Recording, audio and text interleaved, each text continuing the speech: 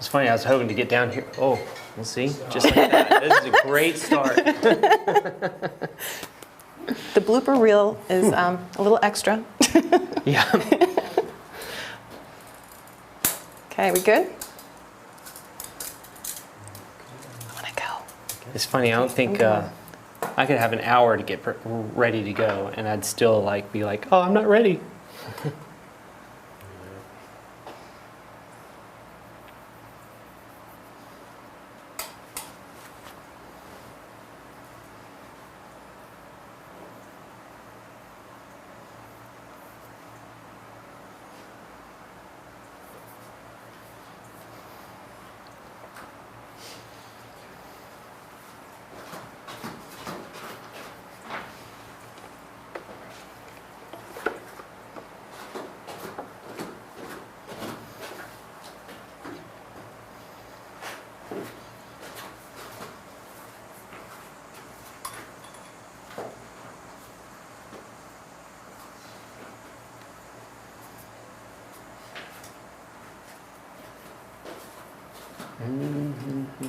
No singing. Yeah. No humming. That's right. People are listening.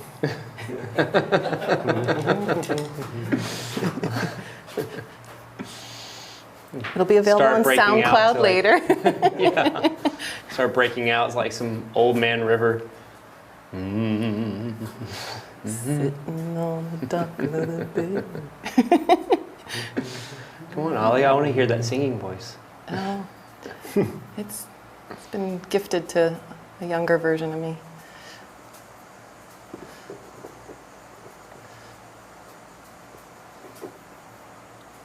Thanks for having me, guys. Yeah. I'm glad you're here. It was Ollie's first time to come hang out with us and paint for our lodge sittings. Of course, we've only done this twice now, so, but, so she comes 50% of the time.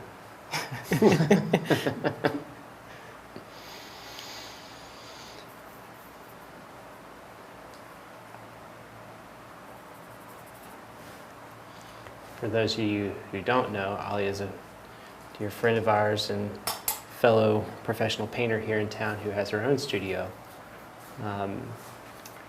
where she holds classes and evening figure nights and stuff. So Alia Fine Art Studios, if anybody's that's it. not heard of it.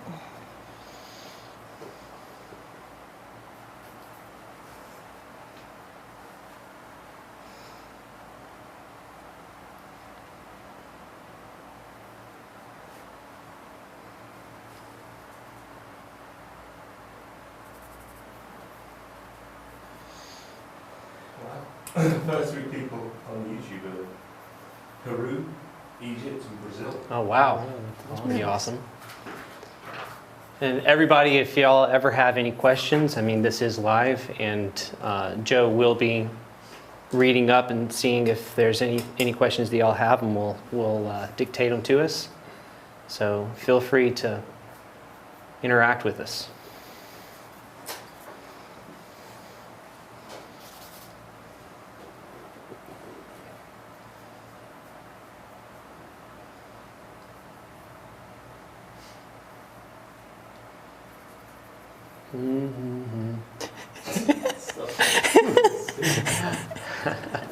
It's hard.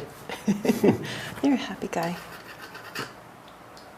And Alia is so quiet over there, not doing her songs.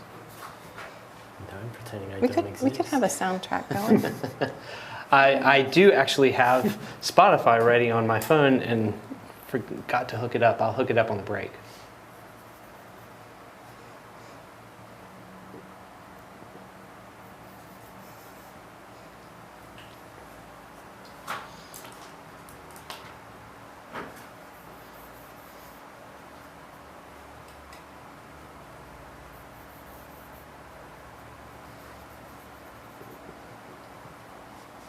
So Alex, how's your show prep coming? Good. It's pretty close being done. So one more painting and then fixing a couple paintings and then all the fun of varnishing and framing and shipping happens. But yeah, it's good. Good. Um, How many total? I think it's just going to be 18 unless I'm kind of going to stop after this last one, try and do all of the normal not painting stuff, and then if I still have time, maybe crank out another one. So looking like it's going to be 18.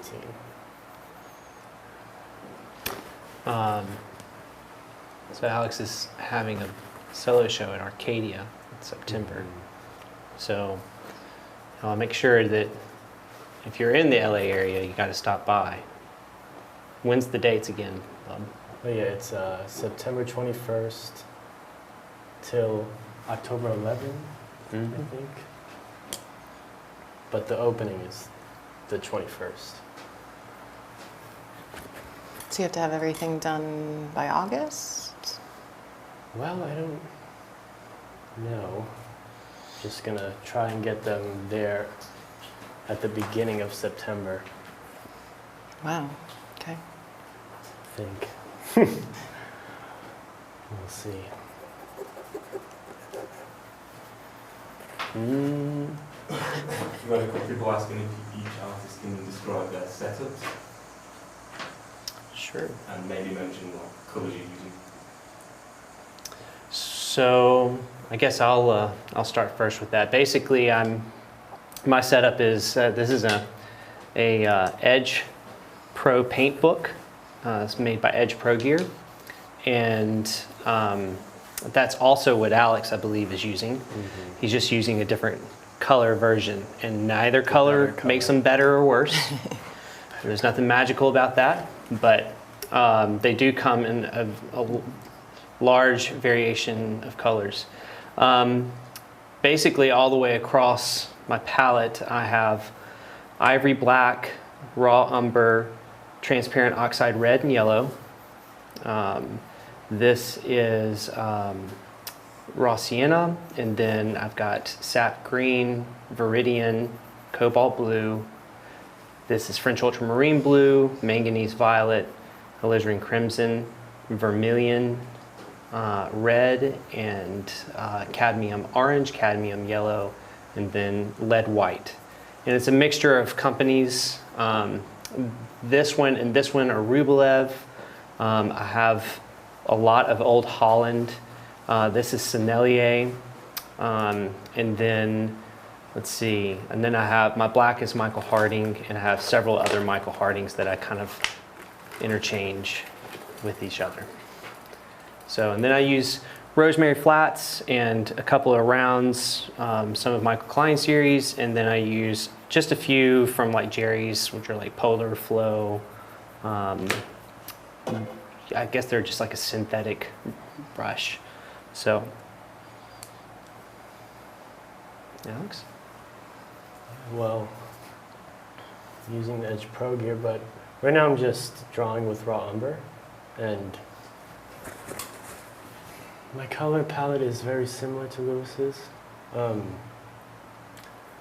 So I won't go over every one right now, but I can talk a bit more about what mixtures and stuff I'm using once I get into skin tones and stuff.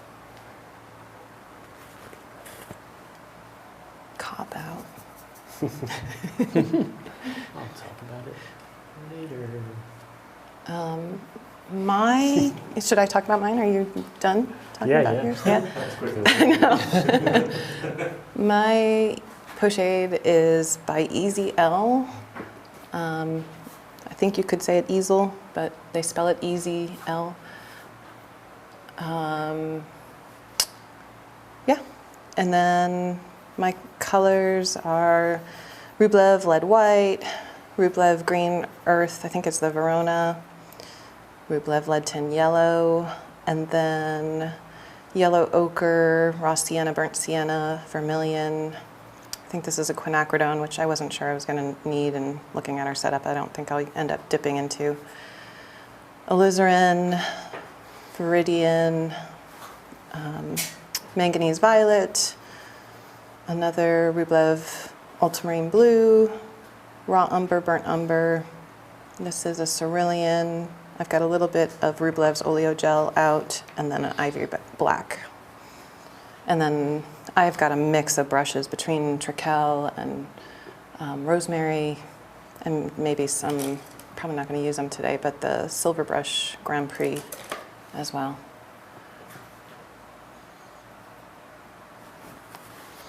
And I'm painting on a ampersand gesso board museum series panel. Yeah. I'm painting on just, I guess the generic, it's called aluminum composite material, sometimes more commonly known as Dibond, but that's like one of the leading companies that make it. And basically I just cut it down. It's made of aluminum. In its core is a polymer plastic, and it's basically 2 sheets of aluminum that sandwich it. And then I just put a lead white ground made by Rublev on it, and then I just put some, I just tone it with either raw umber or ultramarine blue and oxide red, which kind of make a very similar color. So.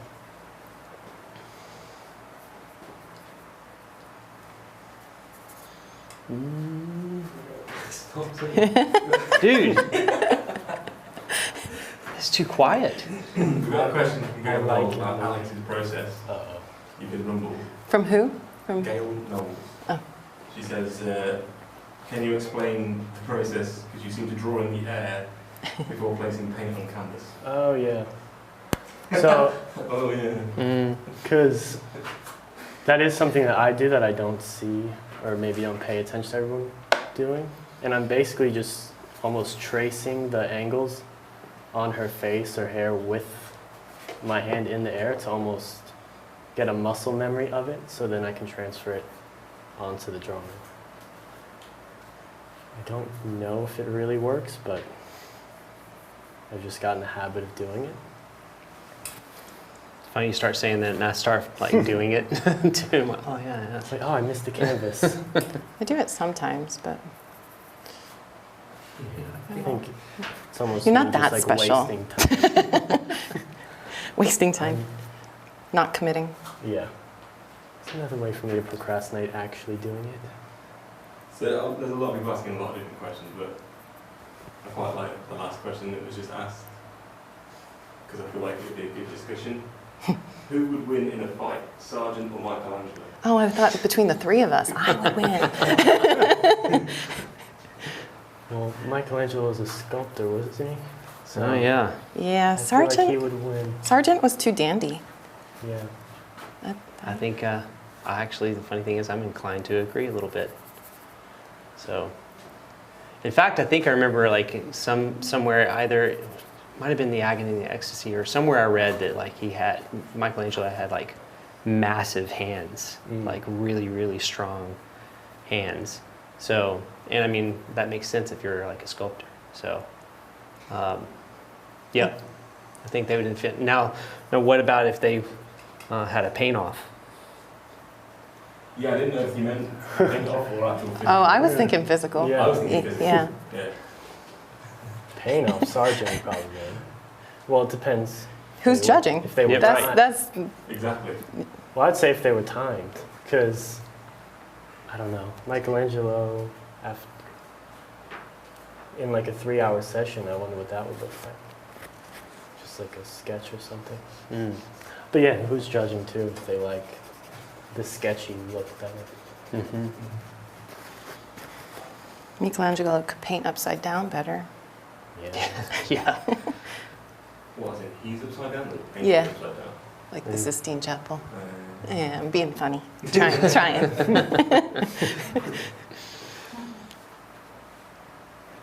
Are you all using lead white? Yes, for me. Mhm. Someone's asking why are you using lead white over the whites? Oh, At yeah. the moment, I'm. The reason no. I do it is because titanium is a bully for all the other colors, and I like more subtle color, and most of my colors are earth colors, and titanium will just overpower them, and I'll have to use more color, which is actually more expensive, than white. And it dries way faster than titanium as well. And it creates a better paint layer archivally. So there's lots of great reasons to use lead white. Yeah. One thing I found is that when I use titanium, it dries darker. Yeah, and than it's when you really first put blue. it down. Mm-hmm. And then lead white seems to stay pretty much the same. And that's one thing. Simi Jackson's just put, I can top that. Who would win in a fight, Lewis, Alex, or Alia? I vote Alia. Oh, Kick your yeah. ass. Can I say that on YouTube? Well, it's a bit late now. You just said it. I bring the potty mouth to the. Now we're all in trouble. Never coming back, Alio. Well, I mean, we're 20 minutes in, you just said ass. but that's a donkey I was talking about. Yeah, right, of course.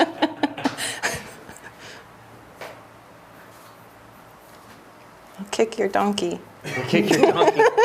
My donkey is so much better than your donkey. Now we're going to get animal rights people right. PETA's gonna call.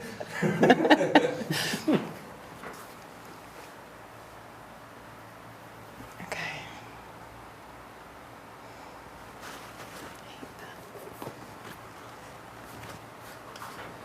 Hi, Simi, by the way. Yeah. Thanks for tuning in, Simi. Simi, this is a rosemary Yep. brush. Got my rosemary in my hand right now.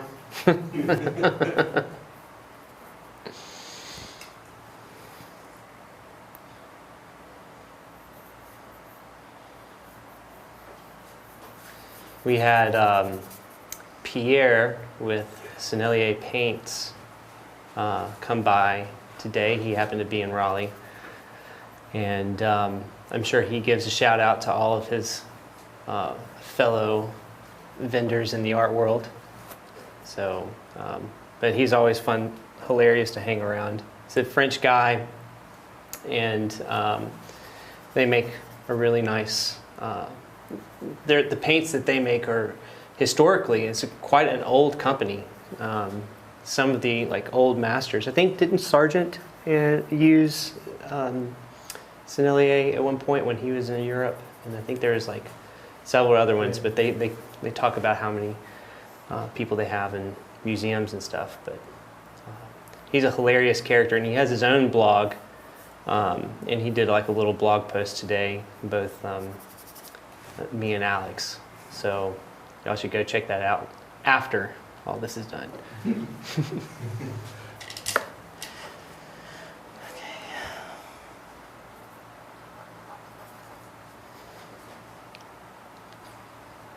Okay.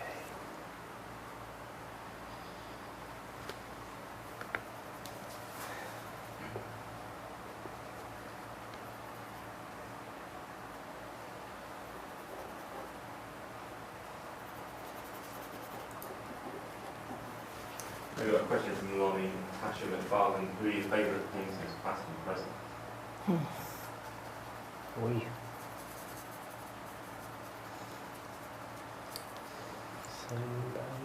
Yeah, so many. Yeah. They don't answer at once. Oh. I mean, it's hard to nail down one these days. I feel like I find a new one every day that I love. But I like Akins a lot. I like Thomas Akins. I like. I mean, there's ones I think that most people in our field really love, which are like Sargent and Rembrandt and all those. So I'm not going to like go into mentioning those, but I like Jules Breton a lot, which is a French painter, did a lot of rural scenes. He's kind of been somebody I've been looking at a lot lately. I'm a huge Repin fan. I really love his work as well. What about contemporary, Lewis? Contemporary, Or living? oh man. Well, we had one of them here. I really love Jeff Hines' work a lot, and I like Daniel Sprick, obviously, my boy Michael and Alex are, I look at their work constantly. And the great thing is I have them here, so I get to look at their work all the time. Let's see. It's funny because then when you start thinking about it, you start not remembering. I mean, as far as like draftsmen, I mean, Colleen Berry, who is also one of my instructors, I love her academic work, or not her academic work, but her figurative work. And I love Robert Liberace's figurative work a lot. So,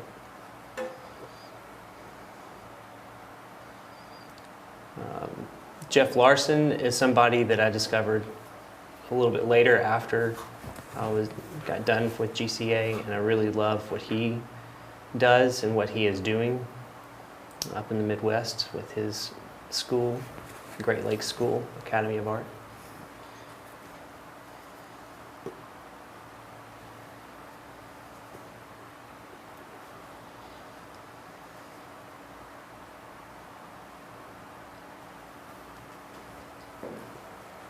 I'm just like in struggle town right now, so it's so hard to think of other Yep. things. Once it looks better, do much better at this. But one of my favorite past painters is Solomon J. Solomon. Oh, yeah. I think he's it's this perfect mix of kind of like the old classical way of painting a figure mixed with a naturalist way. And I guess if I could choose someone to paint a figure like, it would probably be him. So that's one. And living today, I guess,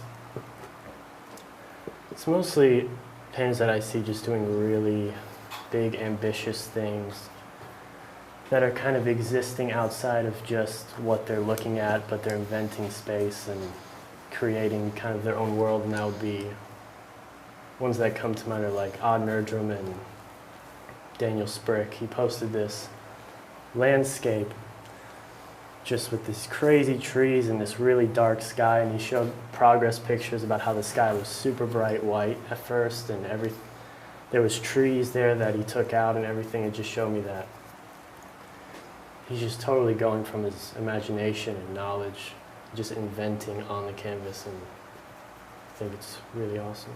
Yeah, that's pretty cool. There's a break. Let's Wow, break. That was fast. Saved by the bell.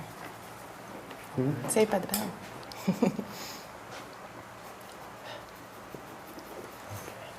Maybe if I just put some paint down, it'll start working. Yeah, this is one of those where I have to like start switching gears because I'll just like stay in just the block any drawing stage for the whole time if I don't start busting out some of the other colors.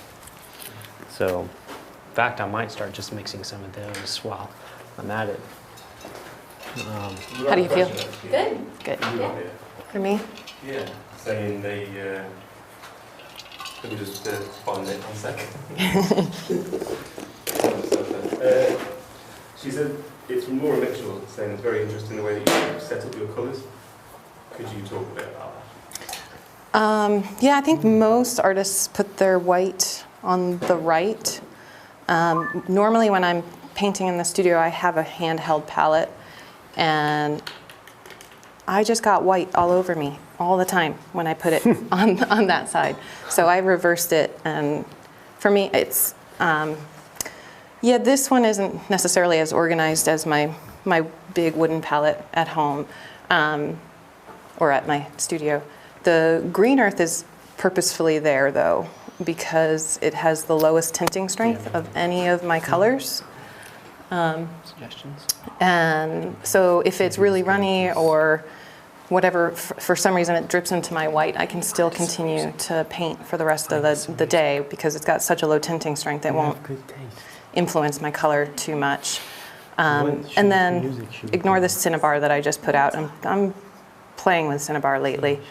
But then otherwise it goes pretty much warm to cool, dark, or light to dark. And that's about it. I think all the guys here, all the artists here tend to mix their color with their brush, and I'm about to mix with my knife. That's more how I work. Yeah, I'm just gonna need to bring it a little bit further out.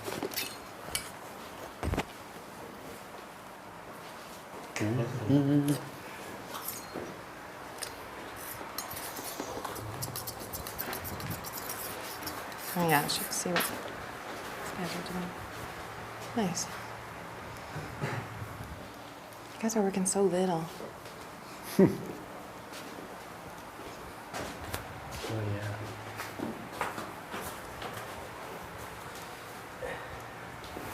I like the square though. Yeah, I had a long piece that was too long, so I chopped it in half and made a square. Oh, there you go.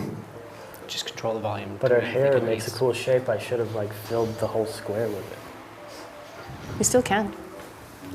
If Daniel Sprick can turn a sunny sky into That's true. night. Daniel would do it. It's so much fun to see how everybody starts. It's awesome. It's not all that different. And after hosting a million workshops, I realized there's not all that many different ways of starting. That's true, but it most certainly holds identity of the artist in every single start. Yeah. You know? Yeah, and the Like, results even- are so different. Exactly. So it's That's like everybody kind of does the same thing, but how they go, there's just the marks they make and how they make them yeah. are always so interesting and different.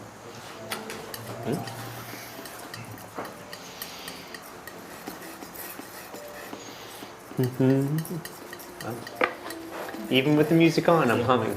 Gotta stop. I've got to stop. No, that was me. Oh, is that what you were talking about?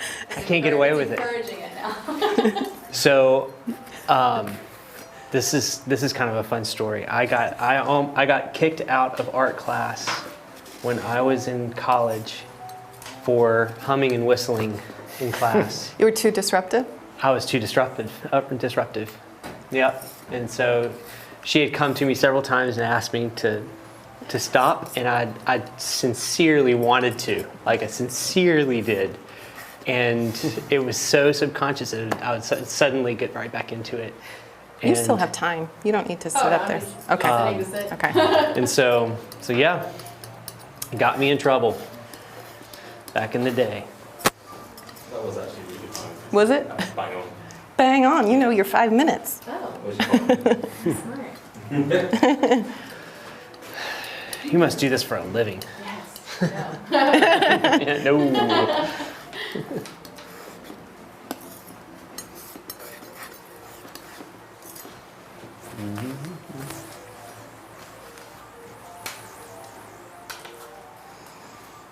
Okay. We've got a question from M, and that might be Eminem. The rapper? I hope so. Never. I almost chocolate, but would you recommend using green to cool flesh colors? Say what? Would you recommend using Viridian green to cool flesh colors? Sure. Yeah. Sure. Yeah, Viridian green, or I use cobalt blue a lot too. Or gray. Mix of gray. Mm-hmm. I love the green earth. Because again, because of that low tinting strength, you can just kind of creep up on a cool. I like creeping. Yeah. Do you use any violet color? Yeah, I Do you use a use- cobalt? No, I use manganese. Manganese? Yeah, it's my favorite color actually. And out of all, and I'm a green person, but that manganese and flesh, oh, Yeah. It's so yummy. It's really great. I've found that, manganese and cobalt, at least in several different paint companies, are pretty similar colors. yeah. But cobalt's tinting strength is very, very weak, at least the ones that I've used. And so, I'll switch from either manganese or cobalt depending on if I'm wanting to do that, creep that you're talking about. So, But it's funny because every time, I just need to start ordering it online because every time if I'm like at Jerry's, they're always out of it, of Cobalt. It's my fault. Do Yeah. you get it all the I time? get it, and I tell all my students it's my favorite color. So, They all get it. A Cobalt Violet? oh no, the Cobalt. manganese. Sorry. No, sorry, yeah. Okay. I say cobalt as a little because it is a little bit cheaper option. Right. Not much cheaper, but maybe 40 instead of 54. Right. Yeah, it's crazy expensive.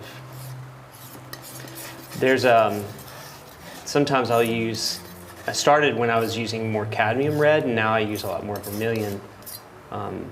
And I would mix Viridian with it, and it makes like a really pretty sort of cool, neutral, purpley color that's really great.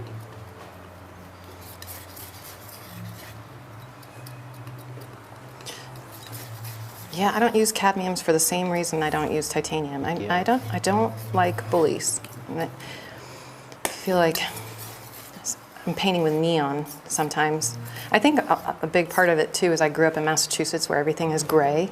So I just see different subtle shifts of gray, and that's what I like. Instead of like, I went to school in California and all the plein air painters there are pink and blue and super bright colorists. That's just not my cup of tea. Jam. I mean, that's one reason why I like the vermilion. It's Yep. not nearly as a bully Exactly, yeah. as the cadmium. It's just so hard to control. It's the perfect amount of pink and orange mixed What do already, you- innately. What do you use for alizarin? Just because I know it's such a powerful color, or do you use alizarin? I have alizarin out. I didn't use it for the longest time, but lately have been adding it mostly into my shadows if I see a warm shadow, because it's transparent, so that's beautiful to use in shadows.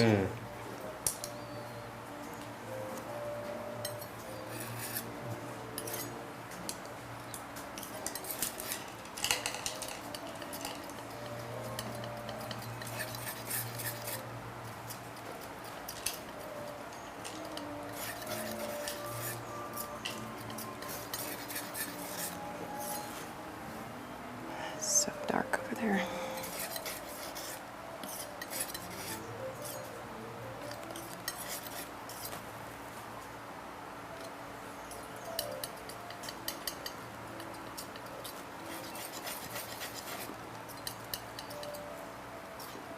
Do you guys both have glass on your inserted into your thing? Yes. Yeah. Yeah. Yeah, it's really great. I love it for cleaning, just because take the razor blade and just go straight across it, and makes cleanup pretty easy.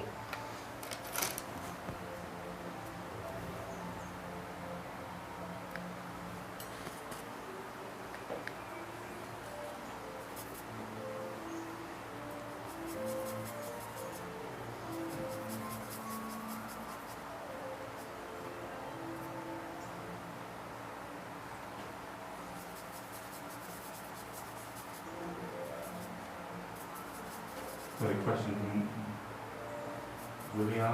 What do you guys think of Nelson Shank's school and teaching? Studio in Caminati? Yeah. Yeah. Actually, that was one of the places I was looking to study when I was looking at schools, and it was in the running for like one of the ones I was really considering. Just ultimately, I ended up choosing GCA and being in New York instead. But I mean, I think every school has sort of its own unique identity, and color seems to be one of the things that they push quite heavily. Yeah, they're pretty Henchy based, I think. And I mean, I know some great painters who have come out of there. So, I mean, I would recommend it. Sometimes it's like one of those things where you definitely will be influenced from where you go, but so much of it is about the work ethic you have while you're there. of whether or not you'll do well or not. You know, it's just so much time, hours logged, and I think all of them do a decent job of mentoring people and having good instruction. It's just different instruction. The focus is different. Yeah, I think like Steve Early and Lee Coley White, they're amazing, and they're Yeah. such kind, good people too. I love Steve Early's work. I And just Carrie like his color Dunn. choices. There's some great people over there. And then Nelson's work itself was so good, so Yeah, powerful. Can't agree with his politics, but that's okay. I don't even want to know. So, high school I went to had a Nelson Shanks in our library. An original? An original, yeah. In your high It was school? of. I went to Culver Military Academy in Indiana, Oh, and it was of Ariana Huffington and her husband. And her husband had gone to Culver. He was an alumni, and so they donated the money to build the library, and they were the major contributors, and it was an incredible facility. And so a painting of the two of them hung there, and like it's the first thing you see when you walk into this like really beautiful foyer. and she was the And- founder of Huffington Post, right? Right. Super Mhm. liberal. Exactly. And it is a gorgeous painting of them. And Nelson, like there's a mirror behind him, and you see Nelson's sort of like eye poking out past his canvas in the mirror to look at them because Oh, neat. he painted a lot from life, or at least would do a lot of sittings from life. So I have a friend who years ago wanted to be one of the models for him, and he, as far as I know, worked exclusively from life, but he had very strict rules about like the models, and makeup was a big deal. He didn't want anybody who wore makeup, so she got kicked out because she had just the faintest hint of eyeliner wow, on. that's interesting.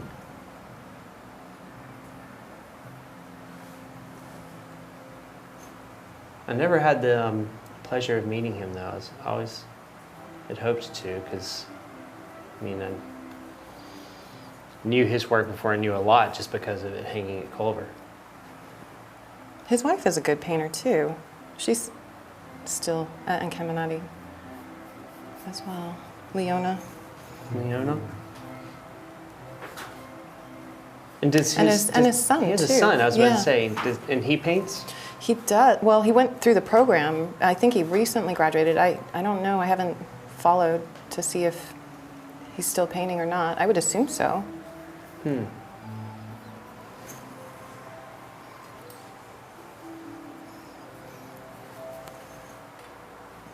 Got a question from Paul Barker. He said, sorry.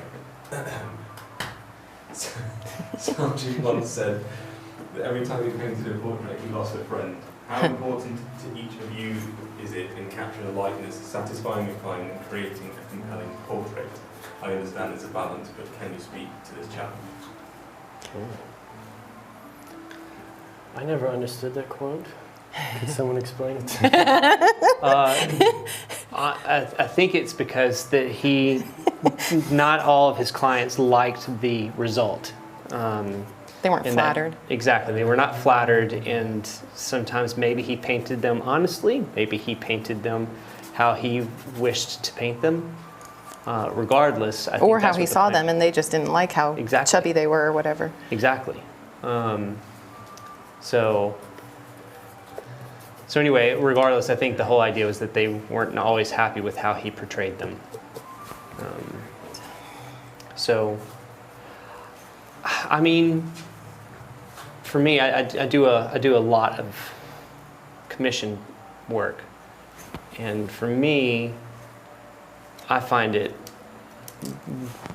the likeness is probably paramount for me, just because I don't know, it's just something I can't get past. If it doesn't look like them, I just can't get past it, and that might be my own obsession.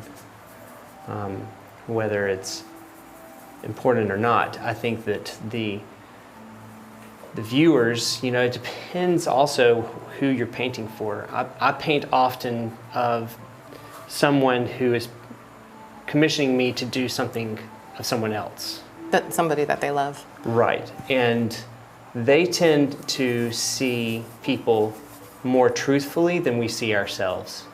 So like if they were ordering something for themselves, they're just going to be a lot more critical of whether they like it or not. And so I know that Josh LaRock has told me many stories about times where people would be like, oh, can you change this and change that about me and change this? And then it didn't even look like the person.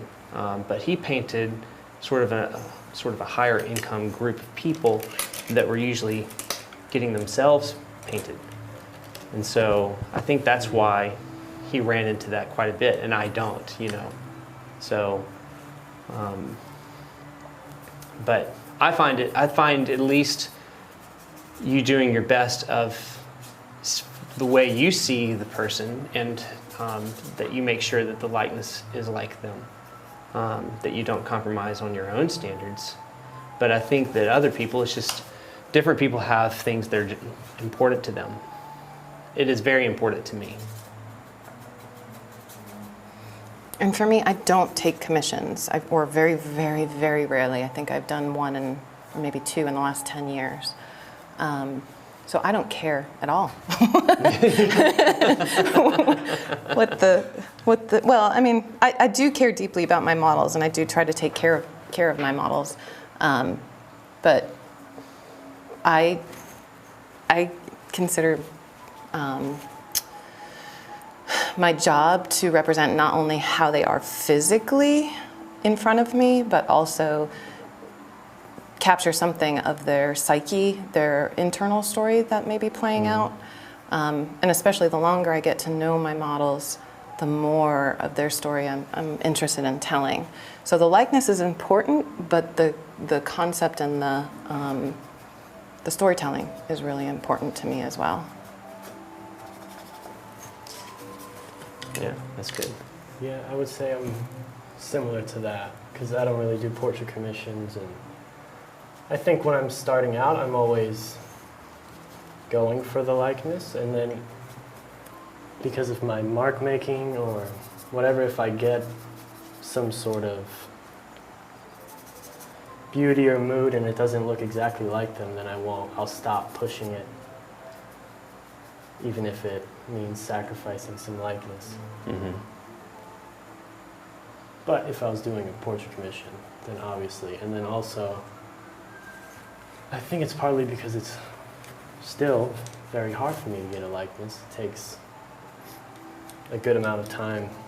So it's actually something I'm like working on. Me and Divya have been drawing a lot of these nights, just trying to sharpen our drawing skills. Drawing each other or drawing? Just drawing like master copies and stuff like that from books or the computer. Yeah. Drawing has always been tough for me. So I get this question a lot, and I wonder if you and Divya will get this question a lot. What is it like for you to be married to another artist? Yeah, I think for me it's great. You get to talk about the same things because you like the same things.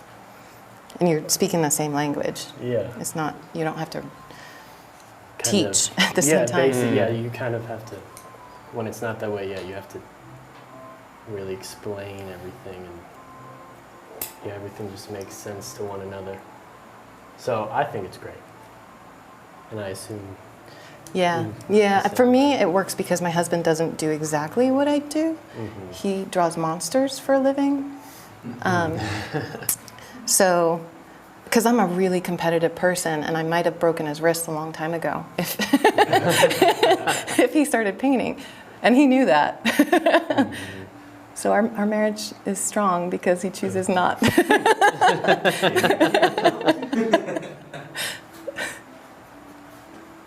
But That's some real honesty there. That's good. That's awesome. nothing but honesty from me. But I do love the constant dialogue. He is my harshest critic, though. He's more harsh on me than I am on me. And I think it's because he is in the commercial world where the deadlines are so tight. And Yeah. so that part, sometimes I have to lock him out of my studio if I'm feeling really tender. Mm-hmm.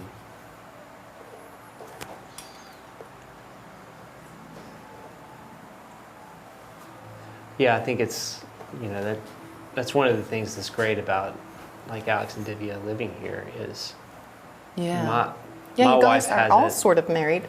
What's that? You're all sort of married. Yeah, exactly. In a way, we are. My husband. Because Teresa loves what I do and really enjoys it. And she's but super there's- supportive. And she's incredibly supportive,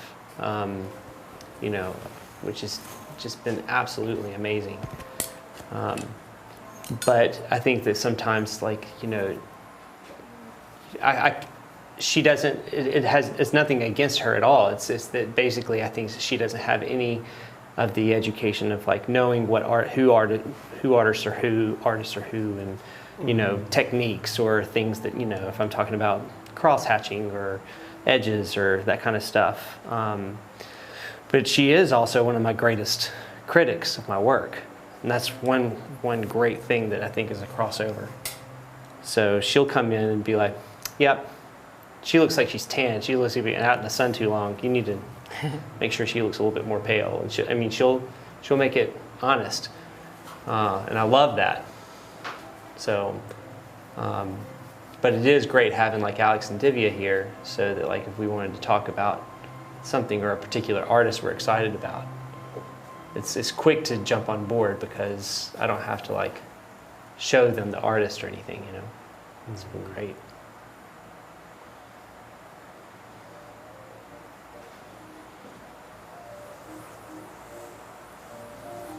We've got a question from Sarah Brown. She says, hi Lewis, Alex and Alia. She loves the live sessions. Do you have any tips for representing hair and not making it too overworked? Don't think hair. Think Yeah. mass. Mm. Find what's the light shapes, what's the big form light shapes and shadow shapes. Less is more, not thinking of it as hair and immediately thinking you have to paint every strand. It's good. And I hi, think- Sarah. The thing that Josh really kind of taught me is, which goes straight into what Alia is saying, is not only paint it in volumes, but keep it incredibly soft. Keep the edges soft. And then at the very end, put just a few, little spindles here and there. And then all of a sudden, everything kind of makes sense with everything. And one of the pieces I love that I keep going back to is there's, I can't remember the name of the portrait, but it was a portrait done by Kramskoy. And it's the gentleman that has like this huge, massive, like gray, bushy beard and has his hair kind of going in all crazy ways. And if you look at it up close, all the brush marks on it are incredibly soft. And then there's just a few moments where he has like a few, beard strands. But when you're looking at it far away, it looks like he drew or painted every single, hair strand. And so I think it's like a perfect example of how, soft edges can really trick our eye into, less is more kind of thing.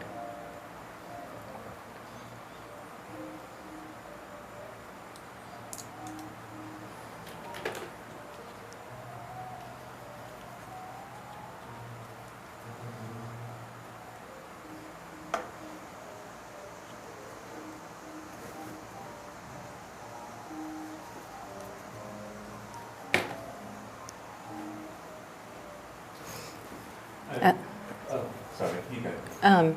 Just as I'm painting, I thought of another thing that I love about lead white is how it stands proud, where titanium tends to blue.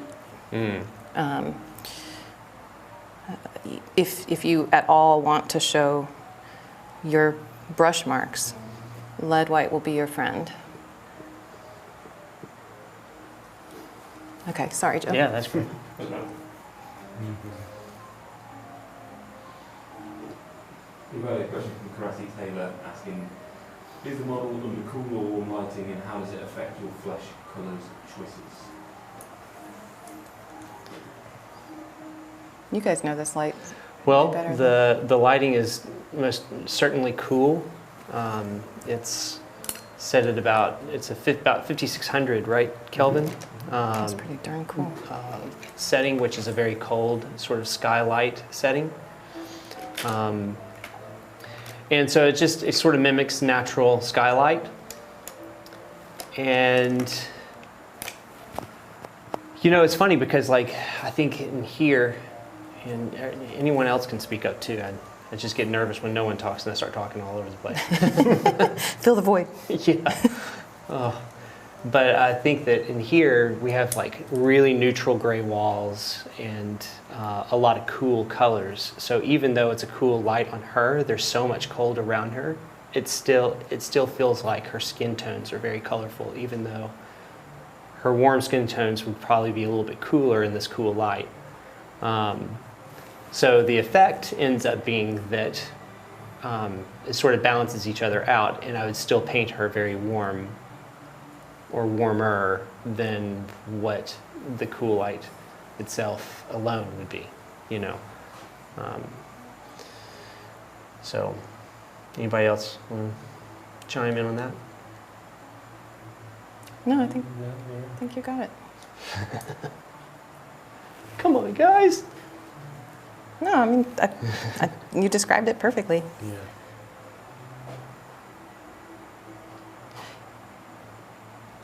It's a good question.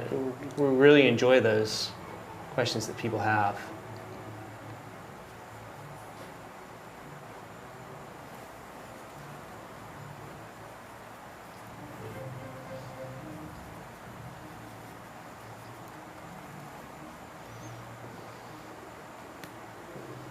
So, Willie, you asked earlier about the studio in Caminati thing. He's asking, basically, he says he's trying to find a good place to study for colour. Hmm. He says if you got any other artists you'd recommend from Studio Caminati. Although, in all honesty, an artist for colour, I'd go to Jeffrey Larson, but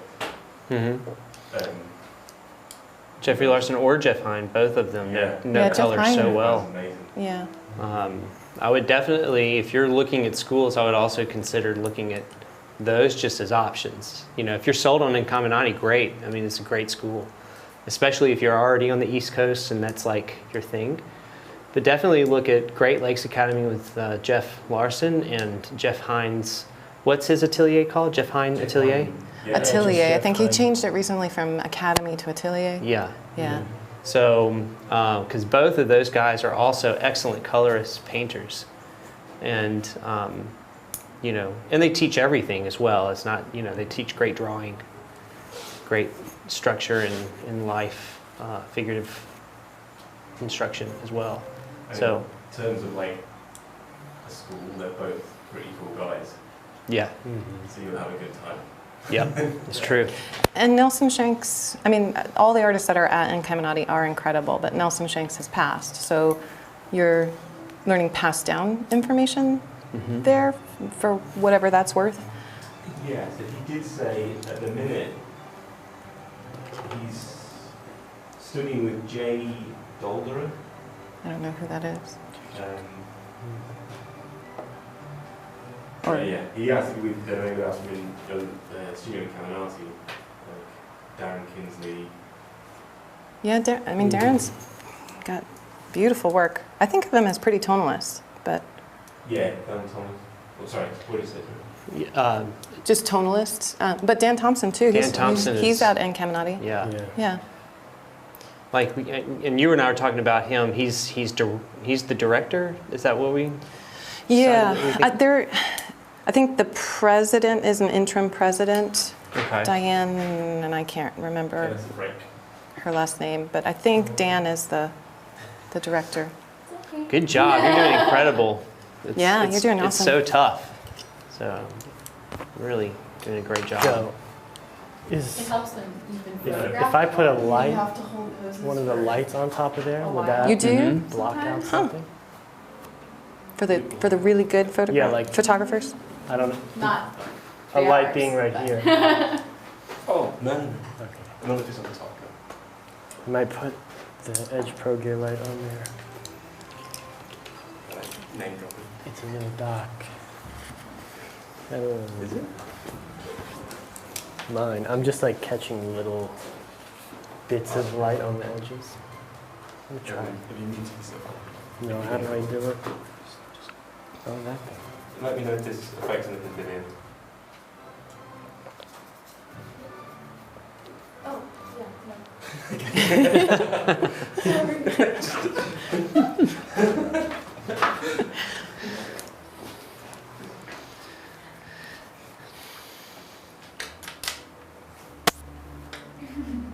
I see you behind me. I'm lurking.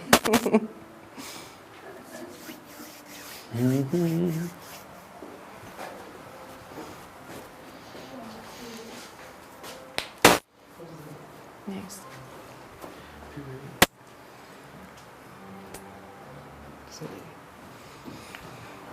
I don't know. I don't know what that means. What the support. Maybe the tripod or something? I think that might be what it means. What's wrong? It's okay. I was just giving you my question. Let me go get a brush real quick.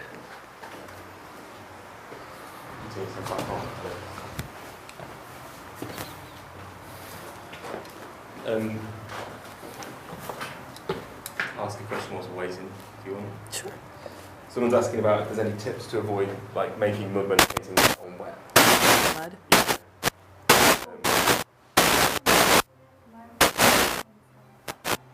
Feedback?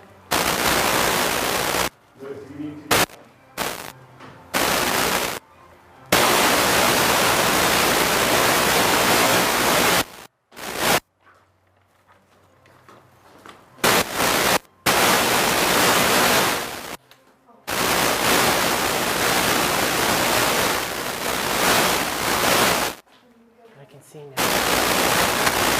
Just mute the audio if you want, if it's bad.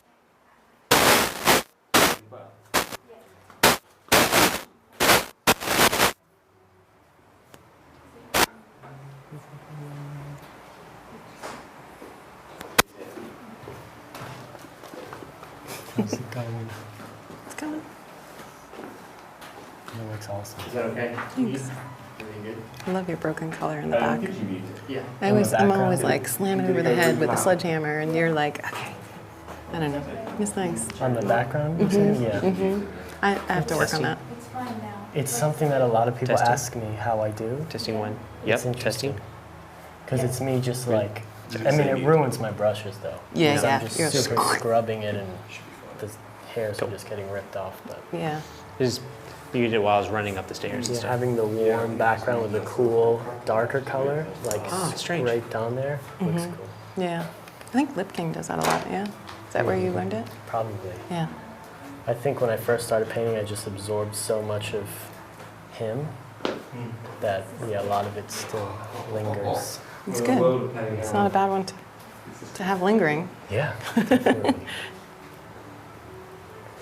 see. Did you mix this string before you even started? No, I mixed from her. So the Oh, I mean, before you even started putting paint color on down? there. Yeah, yeah. Yeah. Yeah, that's what I was saying. Like, I spent the first half, maybe less, of the last 20 just mixing, Mm. and then put it down. Yeah, that probably saves. And then time in I end future. up tweaking Yeah, a lot still, but I'm not going to run out of a color. yeah. Yeah, I'm constantly remixing the same flesh tone. The same thing over and Yeah. over. Yeah. Yeah, me too. I got to get out of that habit. I got to start doing more mixing like that because I constantly run out. I'm not mic'd up, so you're going to hear me. Oh, yeah.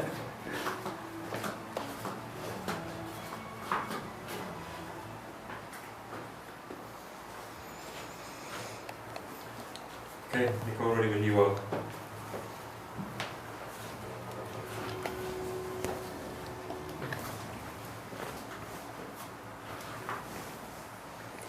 I could mention one thing about the studio and Caminati thing is if you have to like really think about what kind of paintings you want to make.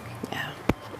Because I think when I first was thinking about going to a school, everything just looked good because I didn't know how to paint. So I was like, any of these people are going to teach me.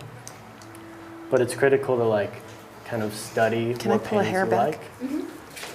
And then ask yourself, what kind of skin tones do those paintings have? And like, who can teach me how to do those skin Now I tones? see, Right. see the same Yeah. light. That's Thank you. really good. Because I thought about going to Studio and Caminati at the very beginning, just finding out about schools and stuff. And if I did, I would paint completely different to the stuff I look at, so at least color-wise. So. That's good. I'll put a little plug for where I got my BFA. Laguna College of Art and Design is an incredible school in California where they teach classical, yeah.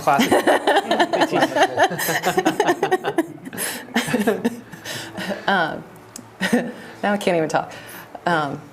Classical figurative technique, but all the artists, all the teachers have to be making a living as an artist, and it's not whereas sometimes in an atelier you get kind of a dogmatic approach from one person. At Laguna College of Art and Design, all the teachers are so unique and different to one another that you are exposed to a lot of different ways of approaching the figure or just realism in general. And you get to, I think, land in your own technique what works for you and find out what works for you. So for me, I think that was what was most valuable about my education. Mm.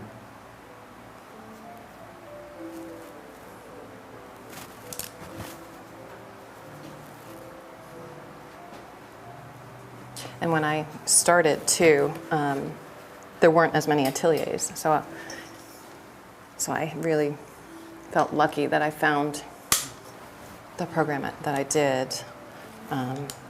And it was, my parents were academics, so it was imperative that I get a degree of some kind. An atelier would not have flown in my very scientific household. Yeah, that was always the very first pushback. I ended up going originally to a university because, you know, my parents were just sort of fearful if I went just to an art school, that I wouldn't have any fallback type plan. So they were very encouraging for me to go to a university. I just ended up going to the local university originally, and you know, believe it or not, the art department I learned a lot in concept and art history and a lot of other things. I think is the technical skills at that time. I think they've gotten a little bit better now, but back then it weren't that great. So I definitely needed to like get a better education of that later. So it sounded like Laguna was a much better mix of the two. Yeah, and it's an art school. It's not a big liberal arts college where they have to have a much broader focus. So you are focusing on art. Right. Yeah. You know. At that time, my parents wouldn't have even let that fly, but it would have been. You know, I looked at Savannah and Ringling College of Art, and then quickly they got sort of dismissed, which there's definitely no regrets there. But I do sometimes look at the kids that come out of right out of high school to the ateliers and go, gosh, man, it'd be great if I'd had that training that early. But How long did you have between your college degree and attending GCA? about let's say I was in Oxford for 12 years, and then 5 of that was getting my my degrees at Ole Miss. So, yeah, it's about 7 years.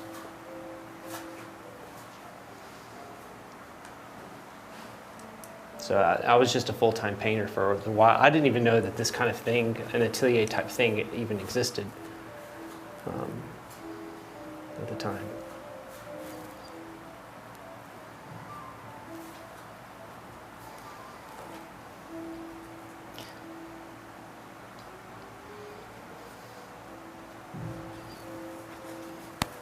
We kind of skipped your question about mud, or somebody's question Oh, yeah. about mud. How do you avoid mud? Yeah, painting wet on wet, they were basically asking if there's any tips to avoid creating like a mud on your canvas.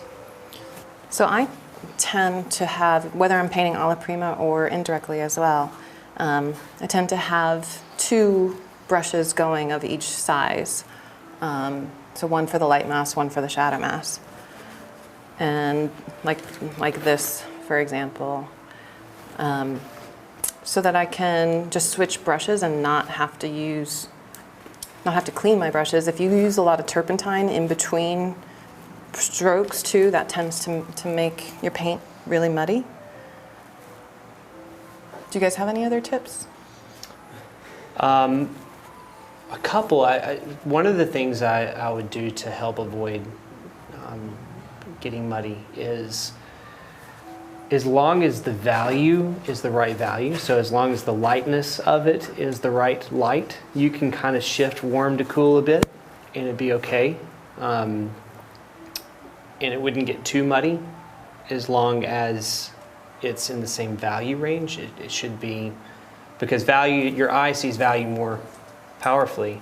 So if you shift a little bit more, it's not going to be that big of a deal. But I think association is like the biggest thing. If sometimes I find my paintings get muddy when I put too much of like warm or too much of a cool and not enough sort of one balance of warms and cools.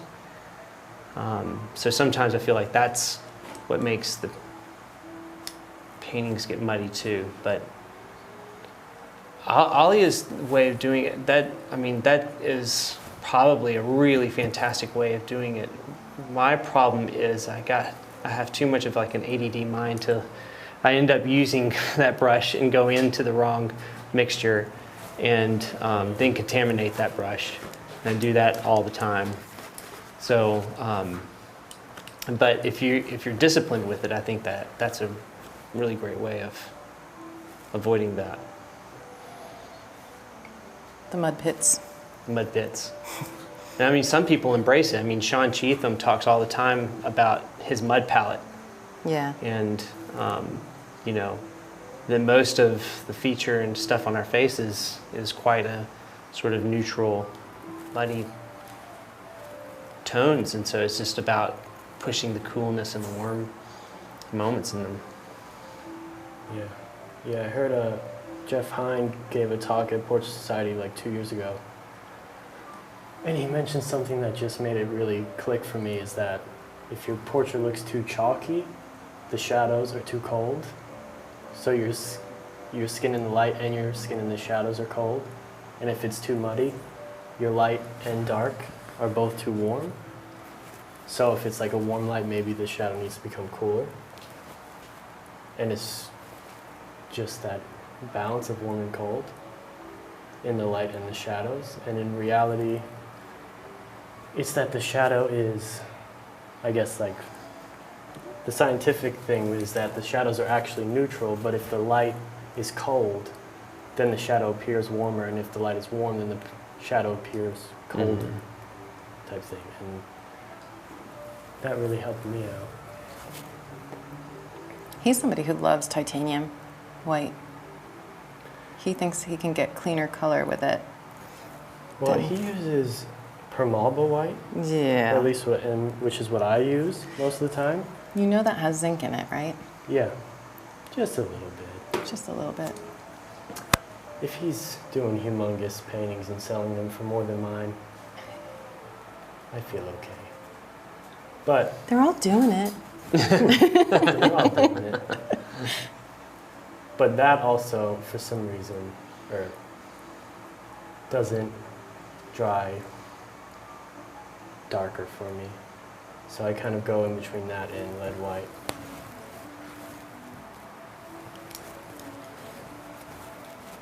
But it's also because it's super cheap.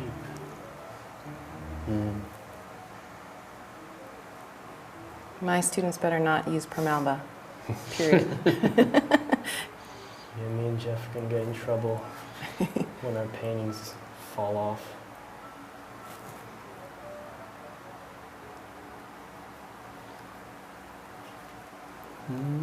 So, Alex, I think you've been rumbled by several people right up Okay. until that point. Was, people were saying is the is the trick to not talk and just to concentrate and let Lewis and Ali talk. Right until that point, you had said because also somebody else has noticed that you didn't give your list of colours. Oh yeah, he said he was going to, maybe Yeah. later. People are asking. I thought they told me not to talk. No, they want you to talk. That's why you might Thought have. you, thought you were going to get away with it. This is why I'm mic'd up? I thought you wanted to hear me go to the bathroom.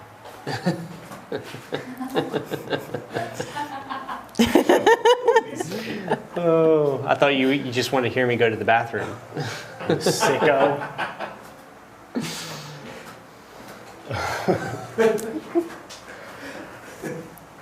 Okay, well, my palette.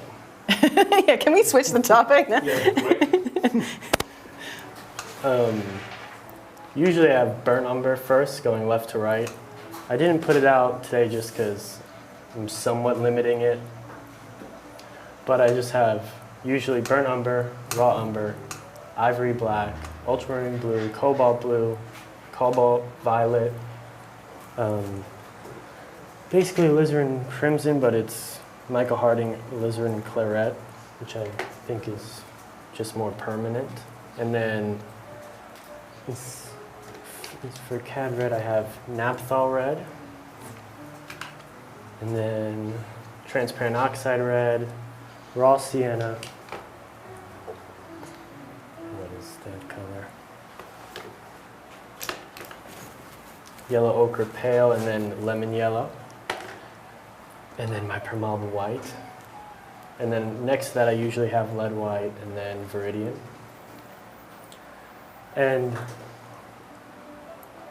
for flesh tones, I heard something that, well, I find a lot of colors in my flesh tones, but something I heard I think it was Josh LaRock say, that flesh tone is just some mixture of yellow and red. And I found whenever I was like taking portrait pictures of people or pictures of my paintings, and I would put them on Lightroom or Photoshop, and I would turn the orange saturation down, that's the only time the skin would go gray. If I turned down the yellow, the skin pretty much stayed the same. If I turned down the red, maybe just the cheeks changed. But if I turned down the orange, the whole face turned to gray. So I thought that made a lot of sense. So I'm just kind of mixing for a more pale complexion, just like raw sienna,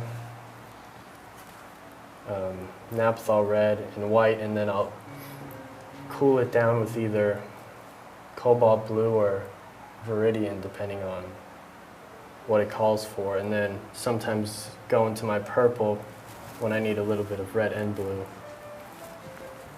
that sort of thing.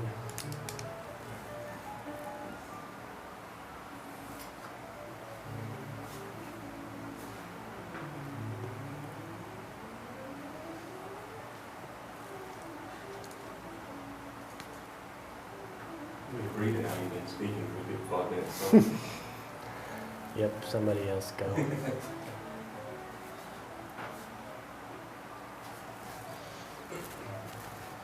I'm not an alla prima painter, so I have to keep telling myself I need to think about each stroke Yeah. to be like a finishing stroke. I'm dancing around too much.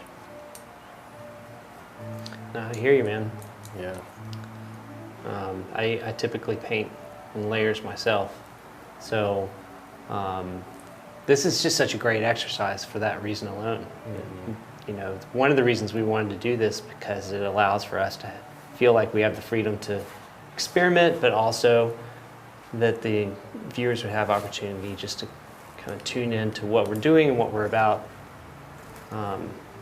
And so, welcome, you get to see us struggle with things we don't typically do.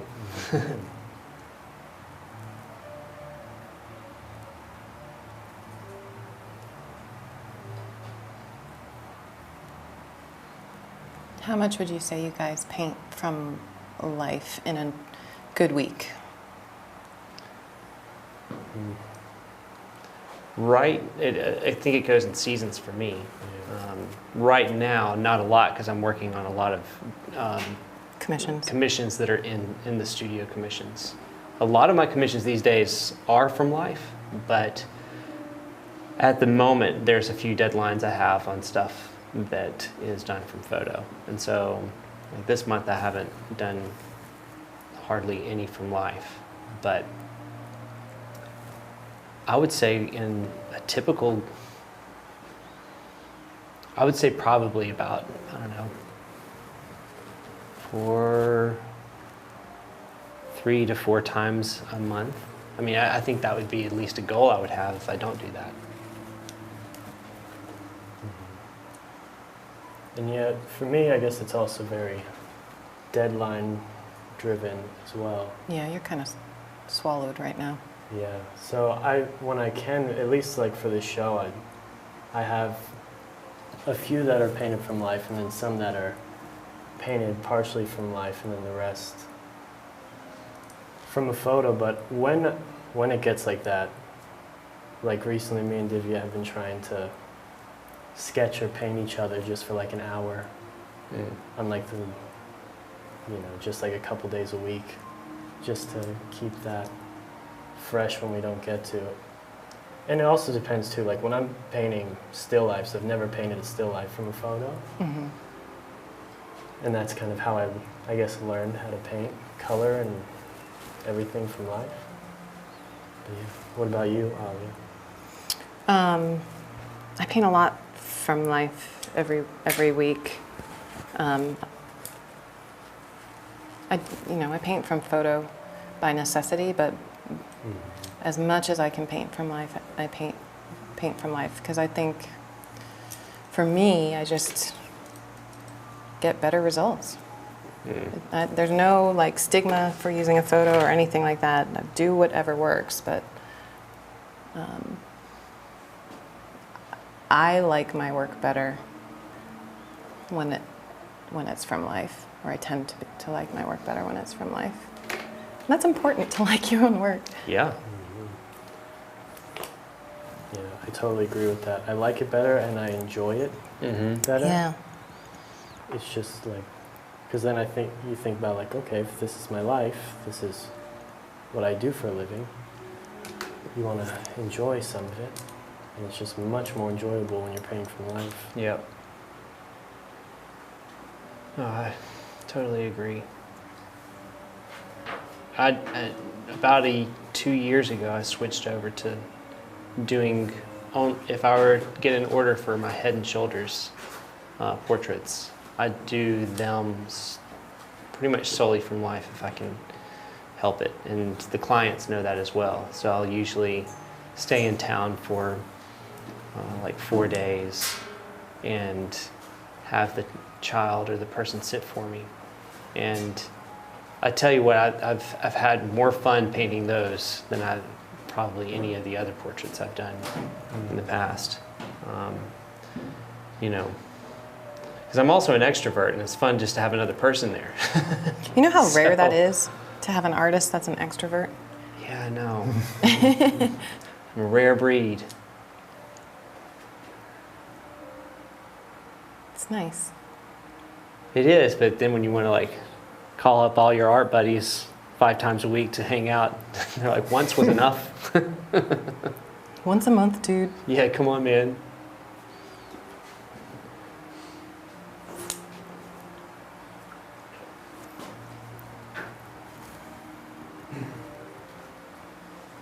A question from Mustafa Mahmood. Do you believe in warm light produce cool shadows and vice versa? or depending on what? Warm lights producing cold shadows? Uh-huh. Is that what I'm saying? Well, rewind the tape. Rewind the tape. Just dancing. No, but I can. Basically, what I said before was kind of that the shadow is technically somewhat neutral because if the light is cold, then the shadow appears warm, and if the light is warm, then the shadow appears cold. But since we're kind of reacting from what we're seeing and painting what we're seeing, you can either choose to push that or not. So I tend to, if it's a cold light, push the warm shadows because I like the effect. Or if it's a cold light, I don't even remember what I just said. But I don't typically ever paint in warm light. So I don't have much experience with that. But Ali, you paint in warm light. I love warm Pretty light. often. I don't know. I guess I didn't, growing up, I had incandescent lights, so none of these confangled LED smart bulbs. So I just, that's what I tend to paint under or light the model with, actually.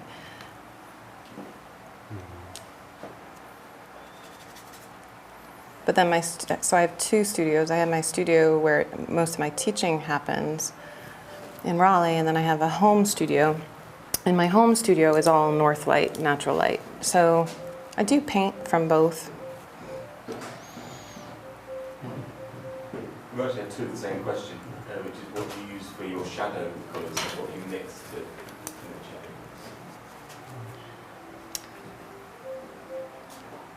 shadow? Louis, That's me. hit it. Okay. On this one, I tend to go I do usually two different strings. I'll either make a string of French ultramarine blue and transparent oxide red, and I'll sort of neutralize that.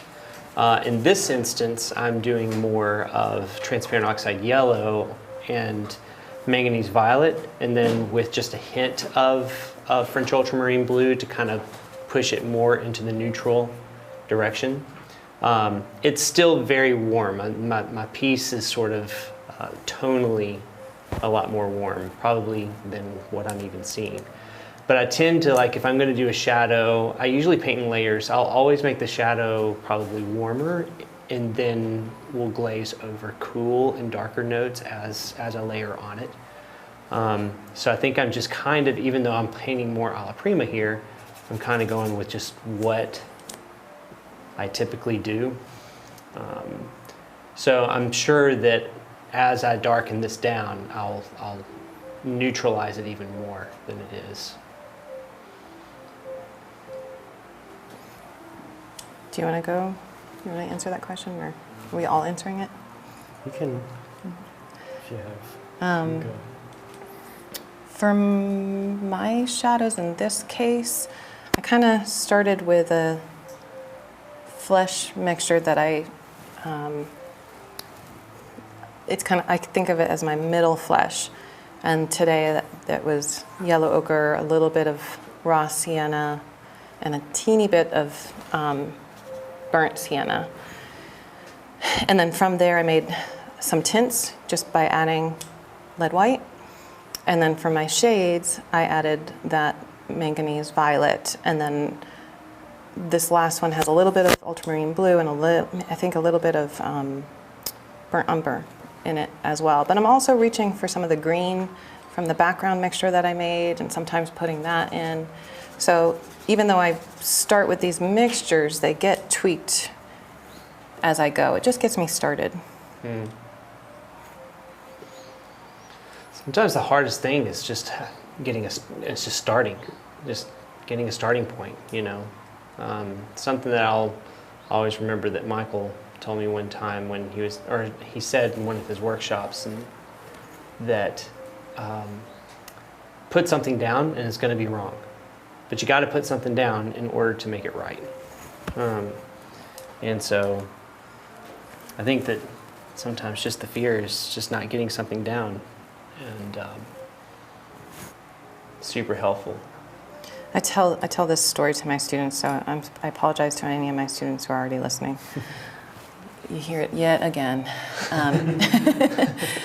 But I used to dance with Boston Ballet when I was a teenager, danced professionally. And the artistic director, I remember one time we were rehearsing and we were all up on stage, probably not doing what we were supposed to be doing. And he screamed at us, "Just do something so I can fix it." And every time I start a painting or a drawing, that kind of runs through my head. Just do something so you can fix it. Yeah, that's awesome.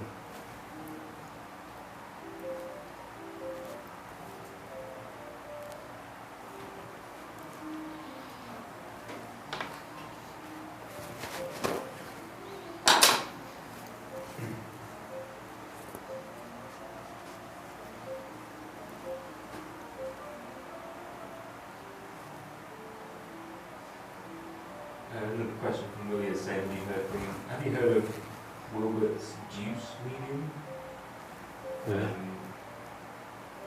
If you have, can you talk about its uses? If not, what are your own mediums that you're using? Wilbert? Wilbert's Wilbert's. juice, D-U-C. I don't know that one. Yeah, I'm not familiar with that at all. He said, Is it a that, British thing? well, I don't know if this helps as an option, but he said that Michael mentioned he used Wilbert juice. Really? The Rublo version of his video. I don't know. He doesn't use Wilbert juice. He uses oleogen, right? Yeah. Yeah, he uses Typically, oleo no. gel. Yeah. But unless I don't know what Wilbert juice is. No, I'm not familiar with that. But what I do use is very simple. I use half linseed oil, half turpentine, or not turpentine, it's Gamsol. And that's basically what I use most of the time until I start layering and glazing. And even in my glazing stages, I'll tend to do it sort of midway through my glazing stages, and then my later stages I use oleo gel made by Rublev. And I mean that's pretty much, I keep it really simple. You know, you can get complicated, but I mean, I tell my students it is not worth getting complicated. You can get complicated later. Just learn to put a brush on canvas and mix good colors and work on your value at the beginning. But you know, I found that it's also a big fear a lot of people have of even starting oil, because there's all these mediums and dryers and you know, all these different things you can use as emulsifiers and suspenders, and you know, I tell my students, just start with turpentine and linseed oil, and later on you can, if you want to move to something else more complicated, you can.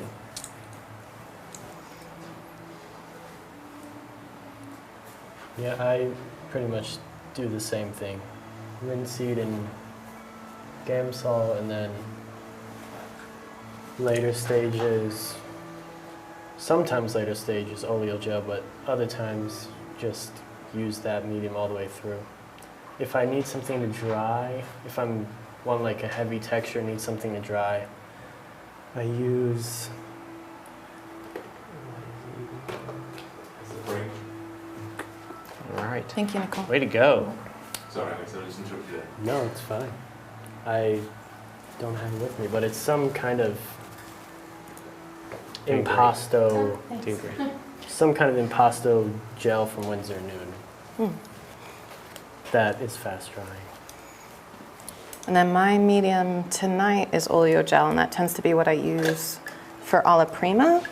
But when I'm doing indirect method, where I'm going to do several layers over the course of a month or whatever, I mix stand oil with Gamsol, and that's usually 1 part stand to 4, maybe 5 parts Gamsol. And the reason I prefer stand oil over just doing the linseed 50-50 mix is because it yellows less over time. But I agree with keeping your medium, your chemistry, really, really simple. Your painting will be better for it. Not just technique-wise, but longevity-wise. Your painting will be much more stable over time if you keep your chemistry really simple.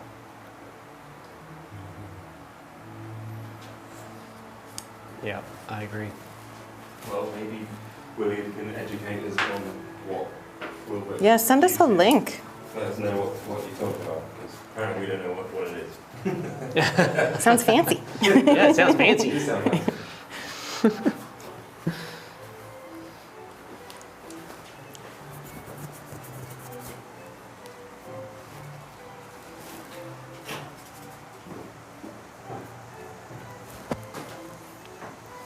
How many more sessions do we have? Yeah, I wonder what time. 3. Oh, geez. That's it? Well, it's 7, so one more takes us to about 8. All right, 8. it's time to get in turbo mode. Yikes. Yeah, time to get in turbo mode.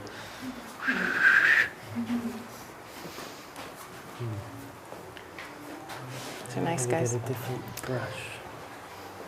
I always like his The palette, color just as palette. much. Yeah, it's all these nice shifts.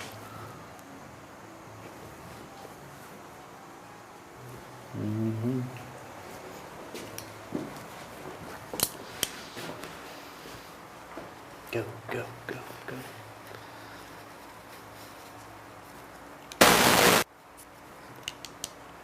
That's great. Ooh.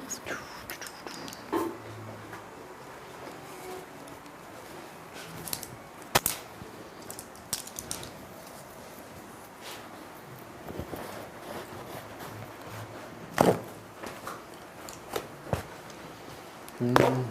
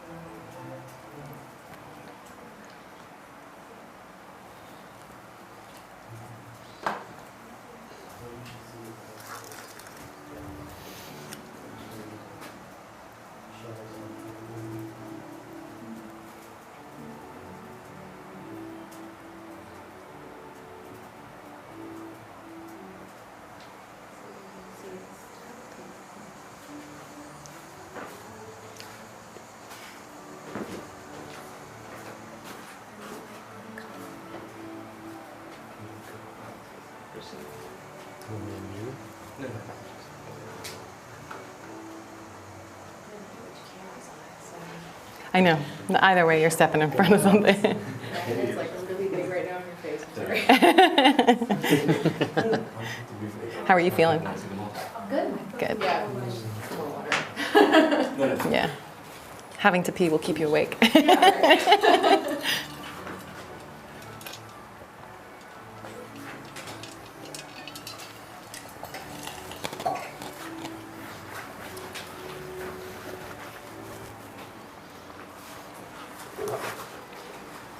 It's not glowing.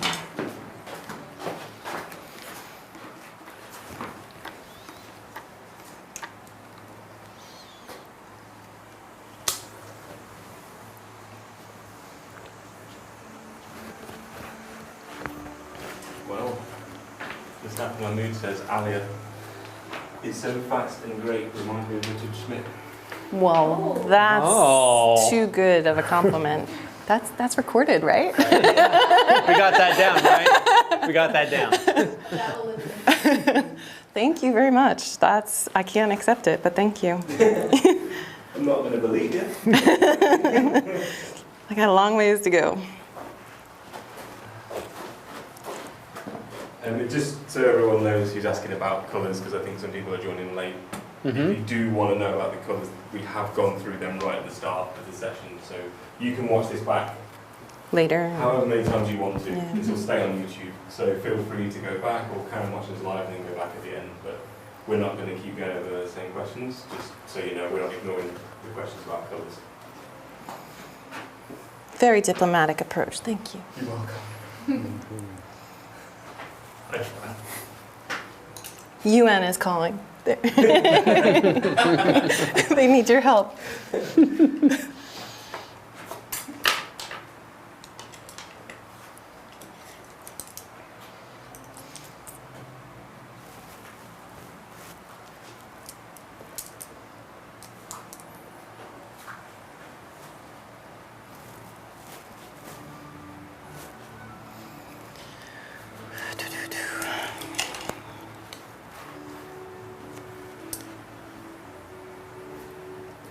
feel like it's time. I'm just gonna start.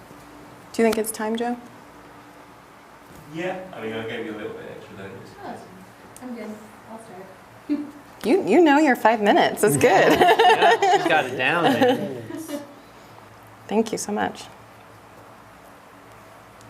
It's a good question from, I think it's pronounced Naima, and I'm sorry if I've ruined your name there, Naima.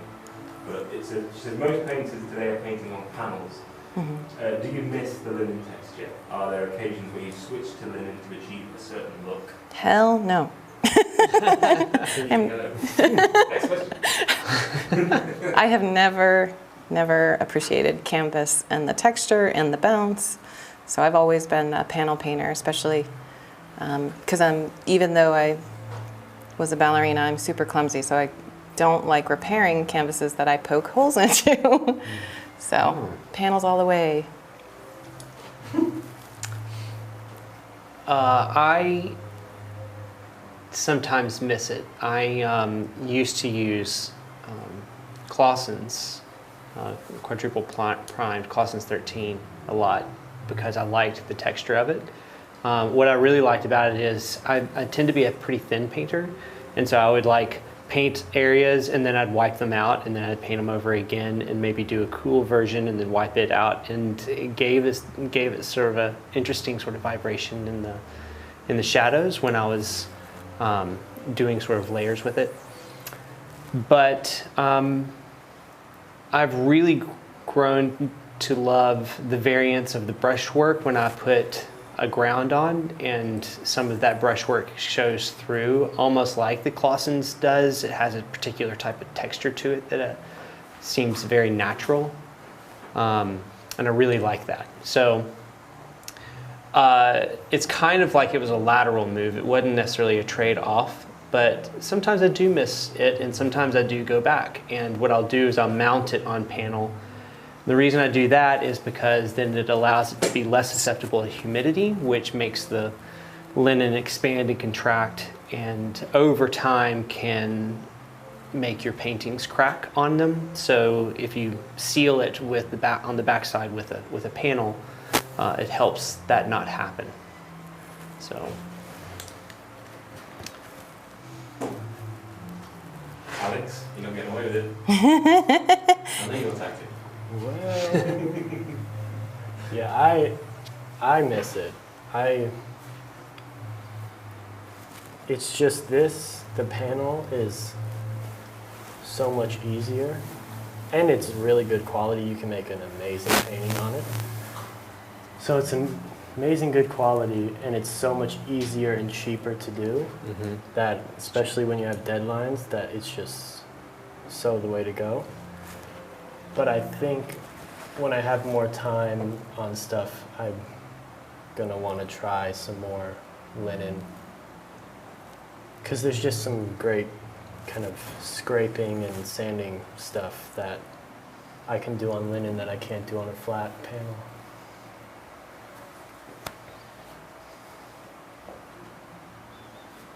I suppose quicker for your show, right, Alex? Yeah, way quicker. And then if you find someone in your town where you can get the plastic boards or the ACM. ACM panels from, and then you just order in the lead ground. It takes no time to cut and prime, and it's dry the next day. Yeah. It's hard to beat it. And most towns will have it because, I mean, I even needed some when I was in my small hometown. And I mean, our small hometown has nothing. Usually anything you would have to go to Memphis for, Memphis, Tennessee.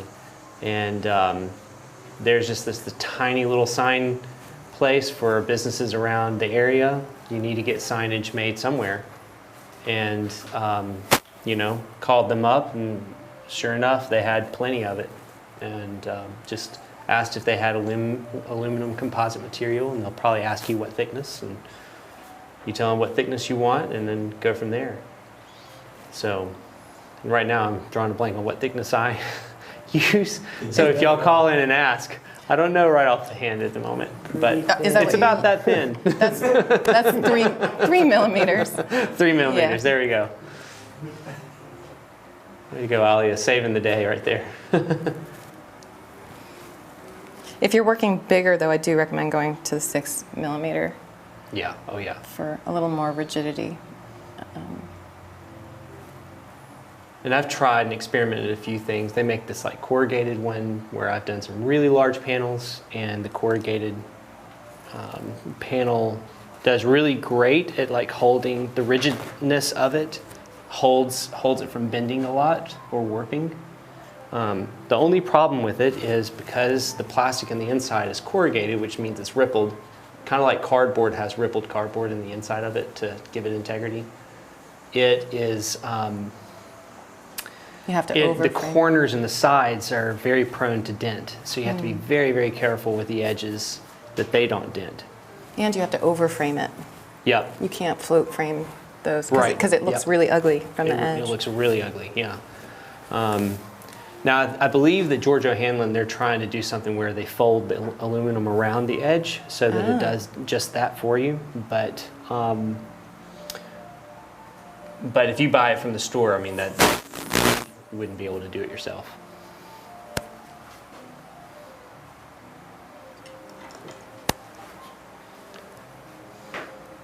An interesting question.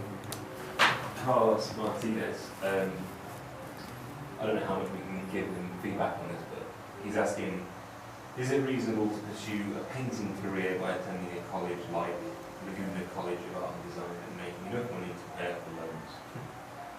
Ooh.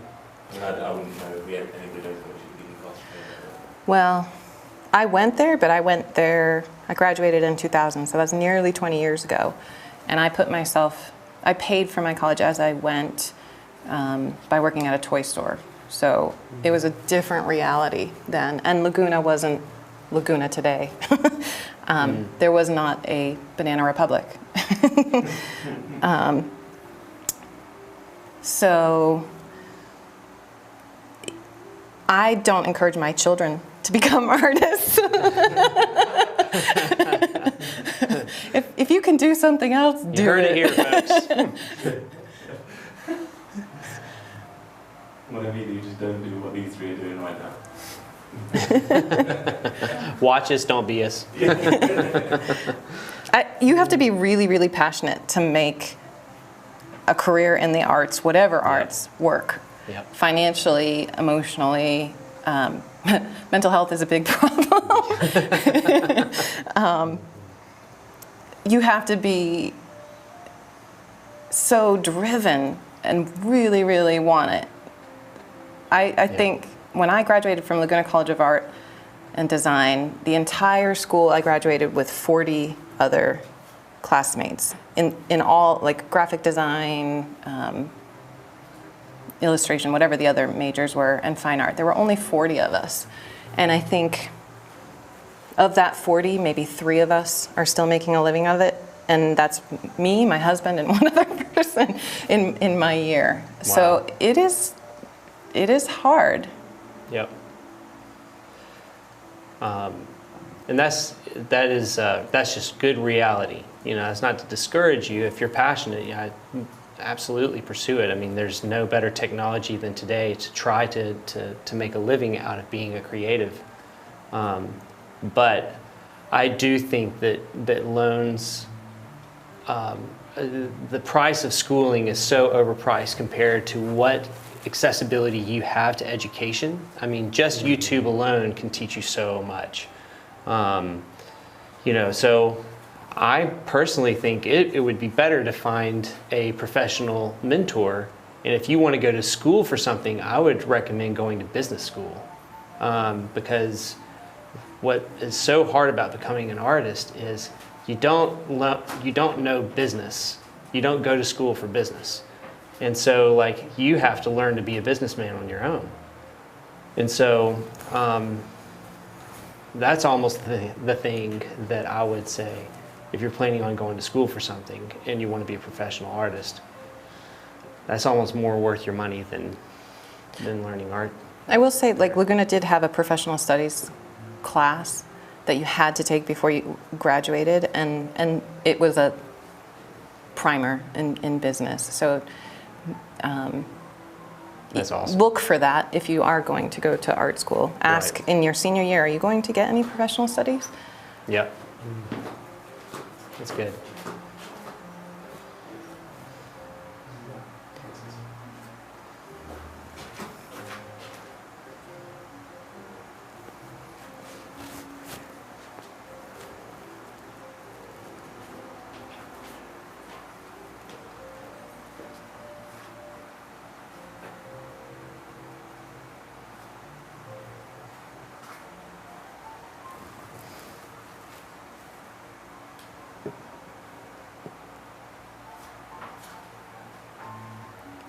Alex, would you say most of your education came from videos and on your own? Yeah, videos, books, and workshops. Videos, what was the second thing? Books? Yeah, and workshops, because, yeah, I went to college for a semester and then I dropped out, realizing that I wasn't going to be able to learn to paint how I want to paint.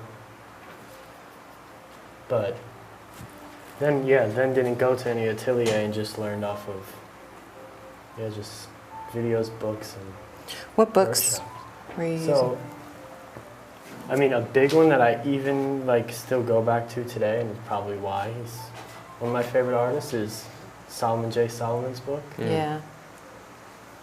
And I mean, it wasn't that many books. It was mostly that one, and then I also had Richard Schmid's, which I read a lot. The Alla Prima? Yeah. And then it's not like it was a whole bunch of videos either. It's just like a select few, and I'm a very visual learner, so I just kind of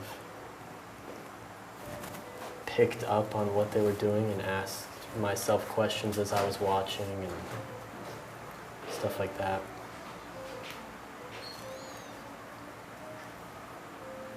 But I think it was great because even when I look at all of the ateliers and everything today, when I think about how I want to paint, I just can't find one that does that without me being scared that I would. Become a mimic. Yeah. So. Because I thought about it for a long time and then, yeah, I couldn't boil it down to one, so procrastinated enough until I learned how to paint. Like, oh, Well, you I guess weren't I don't have to. procrastinating because you had to have been painting that whole time. Well, yeah, exactly. While I was contemplating where to go, I was, watching videos and painting and stuff.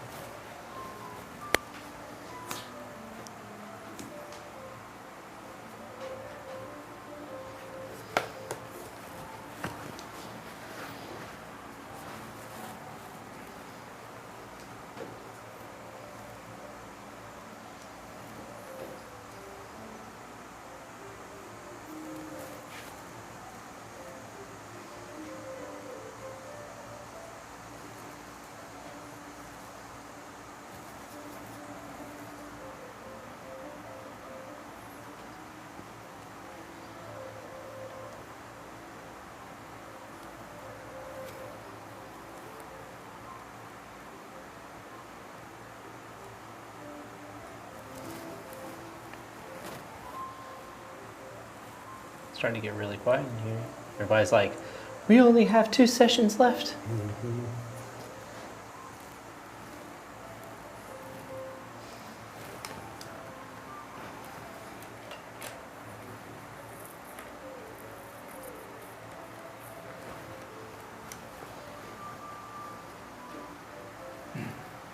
Got a question from Mustafa Mahmood. I used to think going to USA is a dream for artists to get very appreciated, famous and rich, but I can see only singers can, not the great painters. Am I right?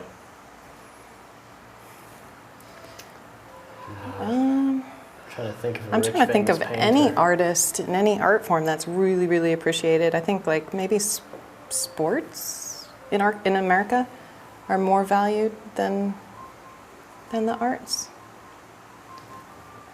Oh yeah, absolutely. I don't know. Can you read the question again? I'll have a go. I used to think that going to the USA is a dream for artists to get very appreciated, famous and rich, but I can see only singers can, not the great painters. Am I right? Don't know what singers he means. Well, I mean, just I think singers in general are Come to America. get famous. Like I mean, if we're talking about foreign people coming to the U.S. to become famous, I mean, yeah, I guess there's a handful of singers that have done that, like that are British or. They're not British. Don't knock the British. Be careful. Like I mean, that have become famous in the U.S. What? I was like, what have I? He was trying to how be have I funny. offended someone? No, but I think that yeah, I don't know of any visual artists that are not from the U.S. that have. I mean, and fame is relative, right? I mean, there's levels of fame because you could say Jeff Koons is famous, but he's only famous to people that understand anything about the art world. You know, that I mean, you're a common layman person is not going to know who that is.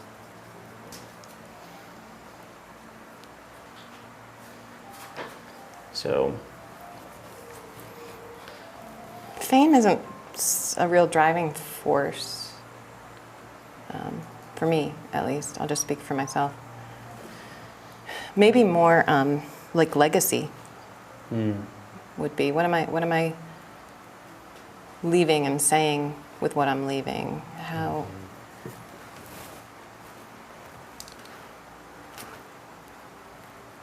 I don't know. Van Gogh surely didn't get famous until. Yeah. I mean, that was something that I remember hearing Jeff Larson say is that, like, you know, I'm not really worried about that because becoming famous is usually decided well past your death of whether you're going to be known or not. You might be known in your lifetime and completely forgotten in the world of history, art history, you know. And so it's almost one of those things where it's just, that's not even sort of up for us to even decide. So, but you're also right, and Alia, that's kind of how I see it too. I mean, it's just to hit that. There's so many sort of factors that are also out of your control anyway. That your motivation shouldn't necessarily be that.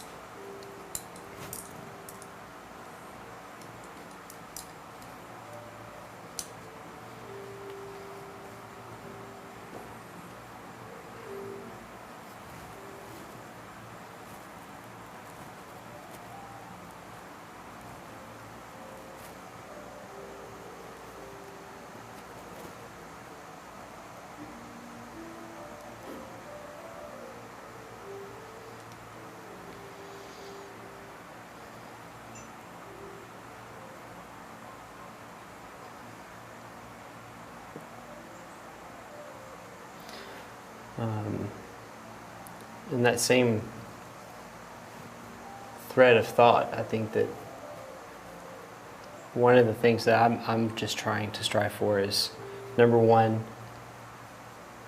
we all have things that really resonate with us in our life. And the pursuit of what we do is partly with not necessarily what it can do for us as far as our achievement in what the world would consider achievement, but allowing you to feel like you're leading, a fulfilled life. And so, like, I think the things that, that I ask myself is just like, I'm not necessarily concerned about being in a museum, even though that would be awesome. Hey, I'd love that. You're not turning that down. Yeah, I'm not turning that down at all. But the fact that I feel that I'm doing the thing, even though it's hard and even though it's a struggle all the time to like make it, I would much rather be struggling at this than anything else out there. And so I feel very fulfilled doing what I'm doing and continuing to push even out of my comfort zone, because I find that I feel more fulfilled being uncomfortable than I do comfortable. So there's a particular challenge to it that I love. Some people it's rock climbing and wanting to get on top of Mount Everest, and other people it's art making,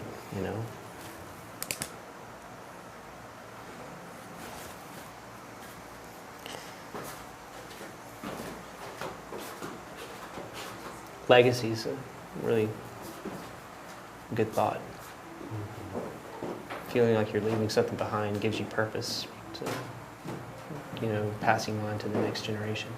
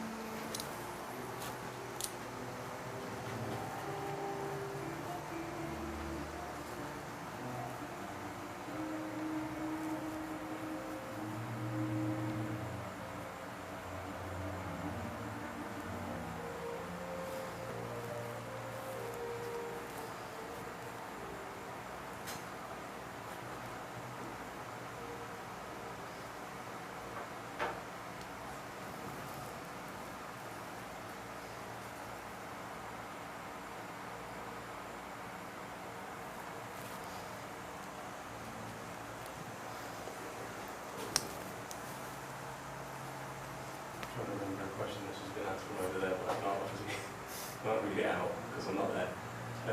So just something along the lines of, do you feel like a frame finishes a painting? A good frame, I think, really complements your painting. It definitely is sort of a reinforcement to your piece, but it can.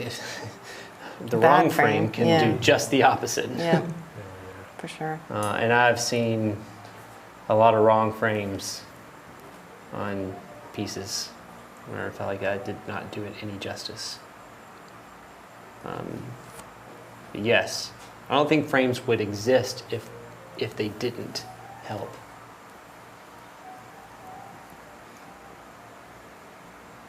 But it's not going to make your art. If it's a bad work of art, it's not going to make your artwork any better. I used to have a pottery teacher who used to say, you can't put a good glaze on a bad pot and make it a good pot. So it's like if you have a good painting, a good frame is only going to make that painting even greater. But if it's a bad painting, I don't know about I don't know if a good frame is going to make it a masterpiece. My husband's favorite phrase about that is, you can polish a turd, but it's still a turd. Yep. That's the truth. Ass and turn in one night. I'm sorry? Ass and turd in one night. Who are you? This is me.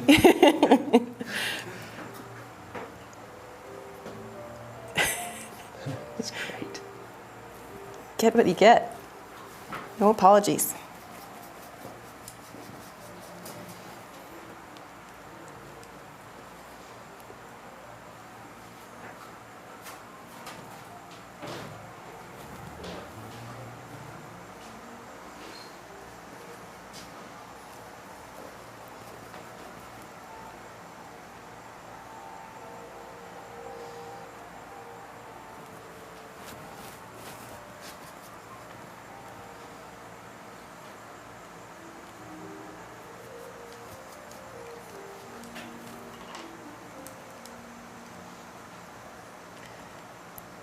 So I'm going to be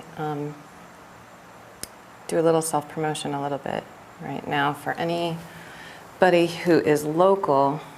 I've got a solo show that's closing this week at Anchor Light, which is in Raleigh, and there is, for the closing reception, so that I don't have to talk about my art anymore, there's a local dance company called Shali Dance Works who are performing some new choreography based on my paintings and drawings that are up in the exhibition, and also paper sculpture that I've been doing that are up in the exhibition. So they're kind of responding to my work. So if you're interested, that's this Friday at 8 p.m. at Anchor Light. Woo.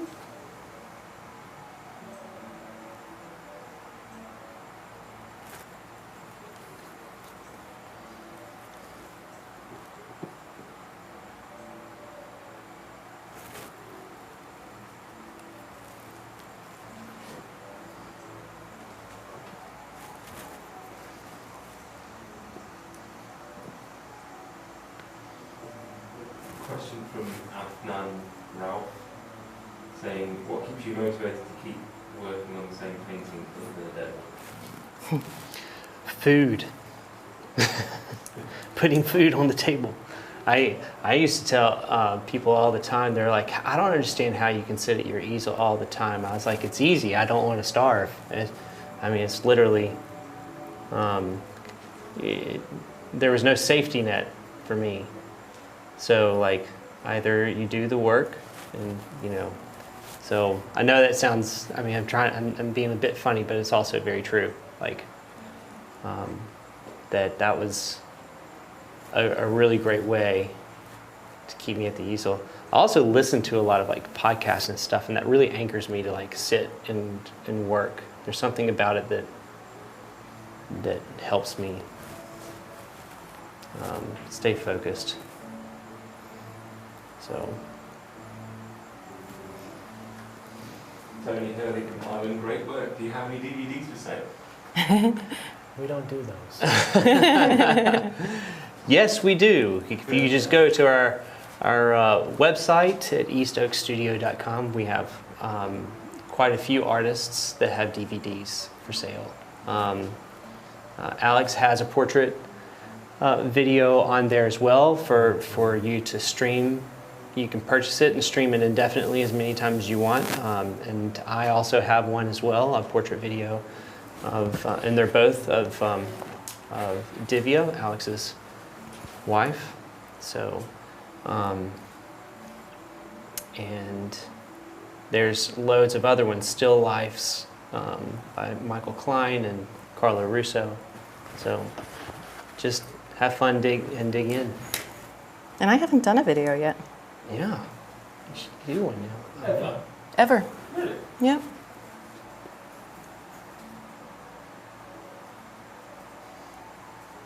Do you like the idea of doing a video? I'm not opposed to it, but if it's for teaching, I get way more from teaching in person than Right. Mm. Yeah. I love teaching. I know some artists don't appreciate putting up with people in their studio, but I really, really love it. Thank you.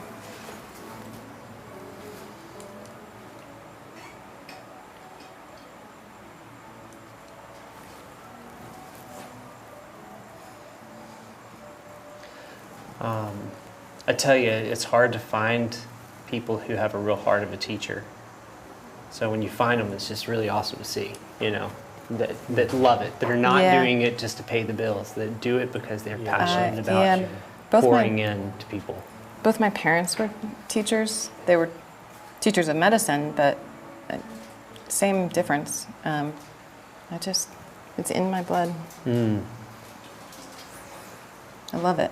It's like watching little kids walk for the first time. It's the same kind of like, Yeah. oh, you got it. Yeah. You got it. It's happening.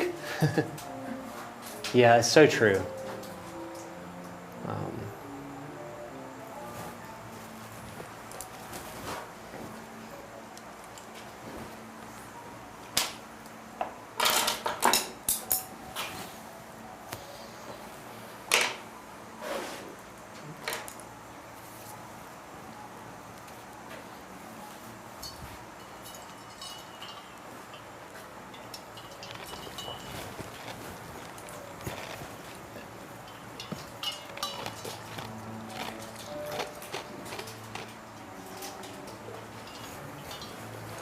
Someone's asked how long do you usually wait to varnish a piece, and what type of resin do you most commonly use to varnish? Question. A good thing you can also look up on our website. I've done a YouTube video of varnishing. And it's just a free YouTube video.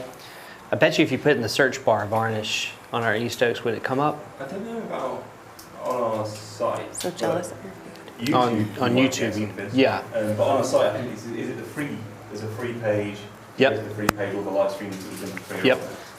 And so it would be on there, but it'll also, if you want to try our YouTube channel as well, which please subscribe to, there's one on varnishing. But to answer your question, one of the main varnishes I use is by Rublev, and it's called Conservar, and it is it's a fantastic varnish. I really, really like it. It doesn't come off. It's removable, but it doesn't come off or remove as easily as like Gamvar, which is Gamblin's varnish that most people really enjoy using. But what I love about it is each varnish makes your painting look a little bit different because of all of these physical properties that are happening with the optics of light going through the paint. But because of all of those things, I just love how it brings out the color in my work. So, and I don't know, it's easy to apply. I've not had many problems with like inconsistencies in it or blooming or all these things that could happen with varnishes. So that's the one I recommend. Ali, you have any thoughts on that? I think it started with how long do you wait? I wait as long as I possibly can. That's true. That's a good At least answer. 6 months, if I possibly can. I have sent paintings to shows and to galleries unvarnished, and when they sell, I ask the collector if I can get the work back to varnish it. Within a year or so is ideal.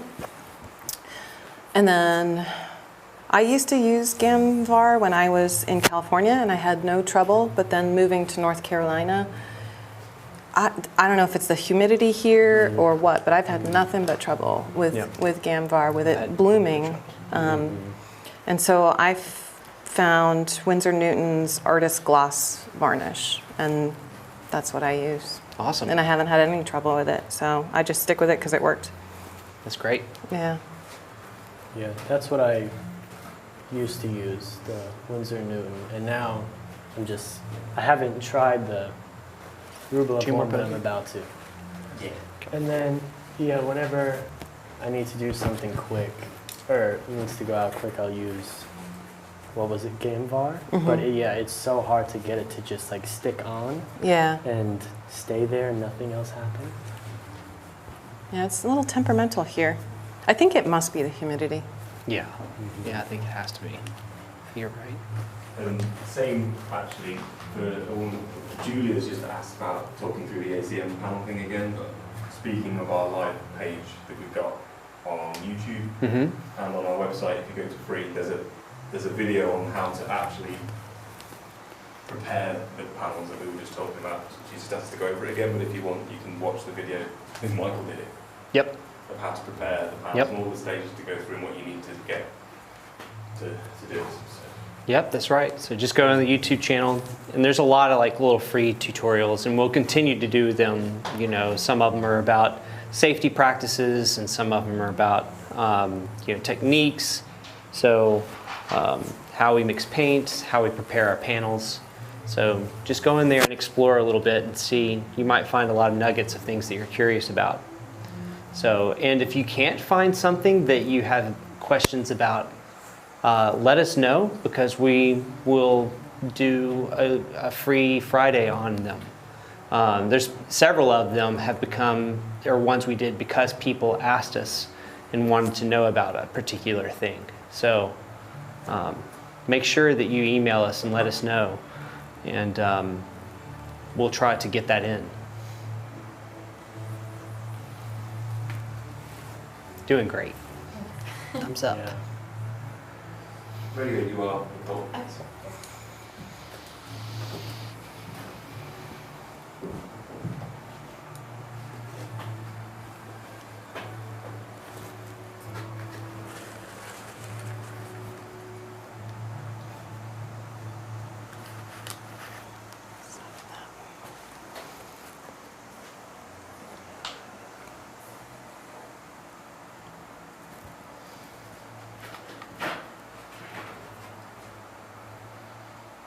Carla Norquist has asked, do you ever learn anything from your students? Oh, all the Oh, time. man. Yeah. All the time. Um, Yeah, that's the best benefit of teaching.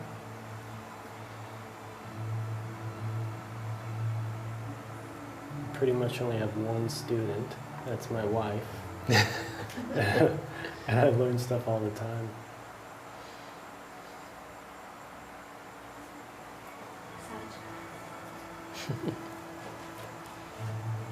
Divya said such as, Alex. Yeah, I'm trying to fix a jaw. I don't know if I can recall everything. It's a good question, though. I'm trying to think of something. You said something recently about balancing color, like I was painting some green grass or something. And it was kind of really warm green grass, and it just looked out of hand, over the top green. And just mentioned something about putting like cool reds in it to just balance it out, all scattered through. And I was like, oh my God, you genius. What the heck? And yeah, it worked. So that's one. That's awesome.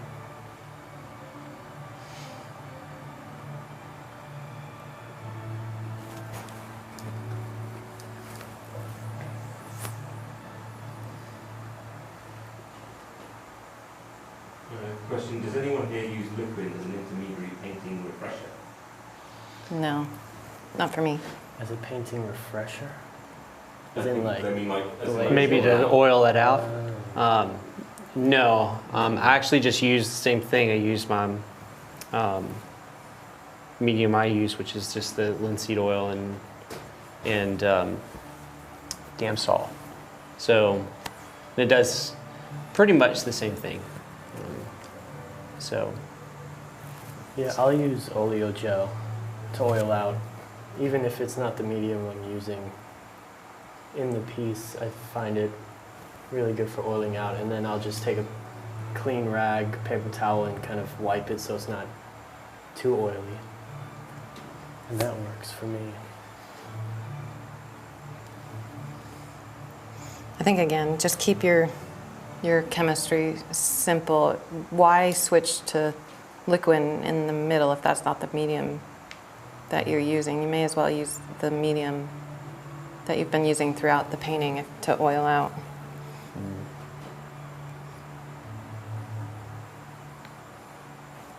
Yeah, liquid definitely isn't gonna do anything better to the painting. It's not exactly a healthy substance.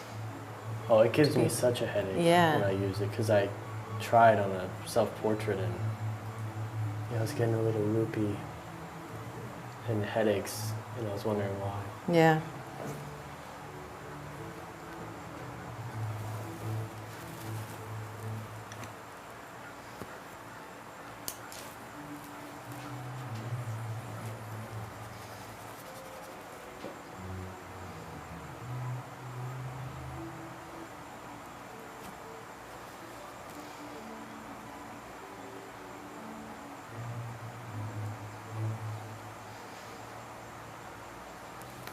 Okay, we've had a couple of questions on this.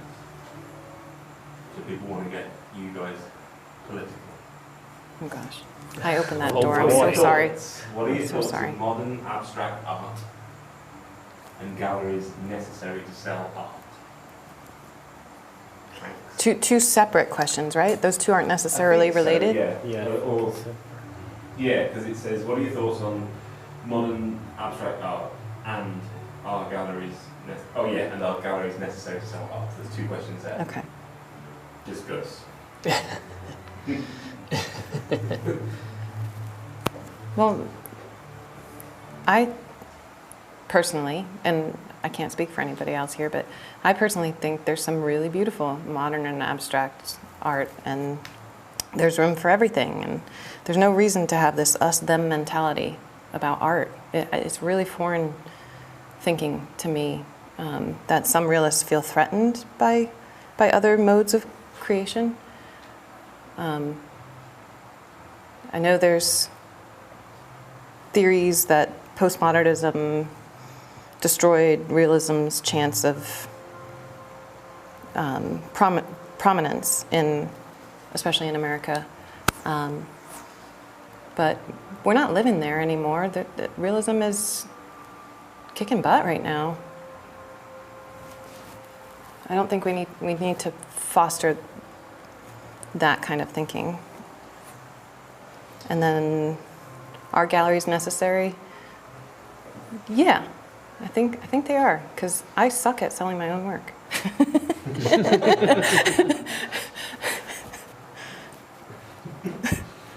Their role has changed with the advent of the internet, but they are adapting, and the good ones will survive. And thank you for them.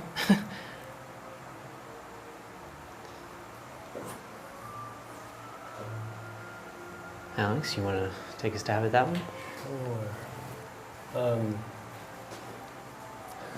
Careful. no, so yeah, with the galleries, necessary. I mean, if you're really good at being like your own entrepreneur or something, then I guess not. But like Ali said, a lot of us are introverted and stuff like that. So yeah, me trying to sell my own stuff, I just don't think it would ever work.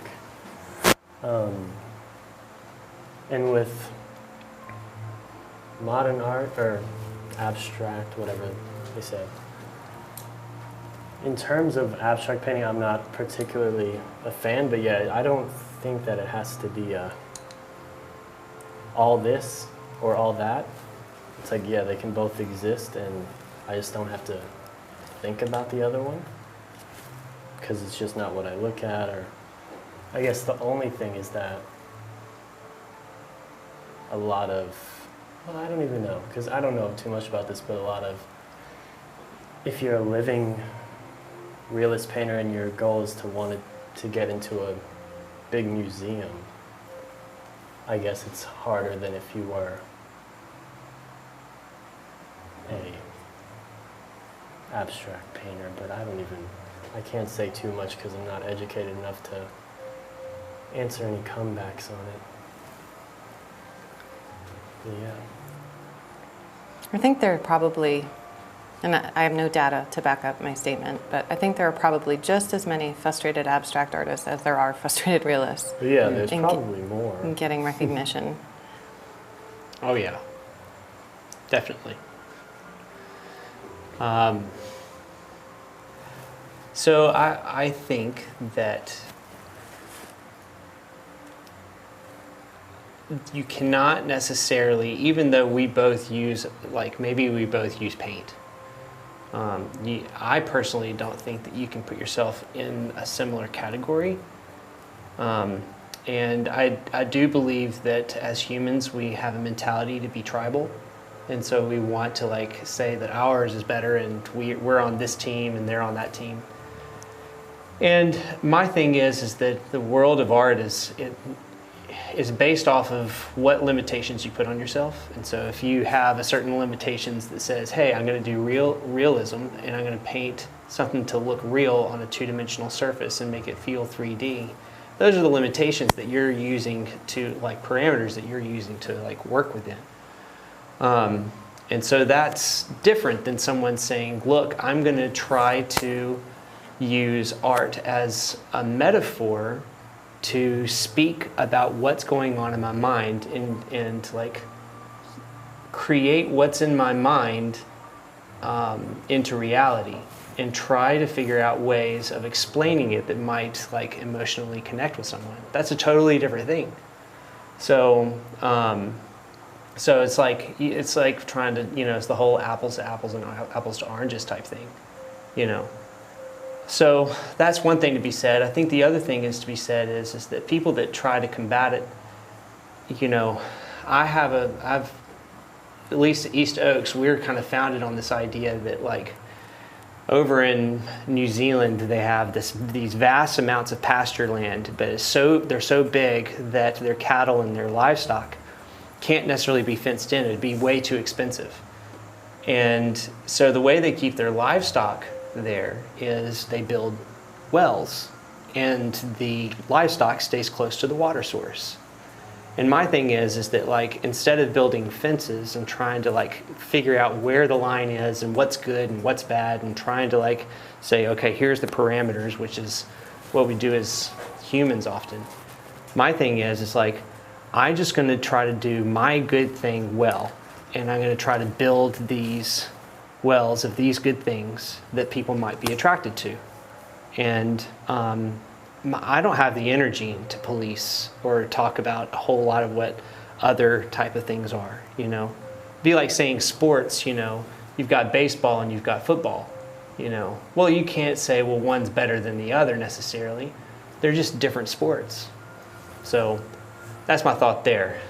And then as far as the galleries are concerned, that I think that Alex hit on the part of it, which is the greatest part about being an artist today is that you have many forms of creating an income. I have never been in the gallery, and I have been able to make a full living doing what I've been doing for, going on 18 years. So you don't need them. However, they do serve a great purpose for people who are not business people and who aren't extroverted and want to get out there and like network and do like it's a whole different skill set. And so they do serve a great purpose for a lot of people. And the other, on the same note, like I want to actually start getting into galleries a little bit because the thing I didn't think about is that they are serving a different demographic than the people that I have been serving. And if I want to get my name out there in a different way, they're just another route of how to do so. So they deserve just as much appreciation because they do work hard. The ones that are good work really hard to support their artists that they represent. So.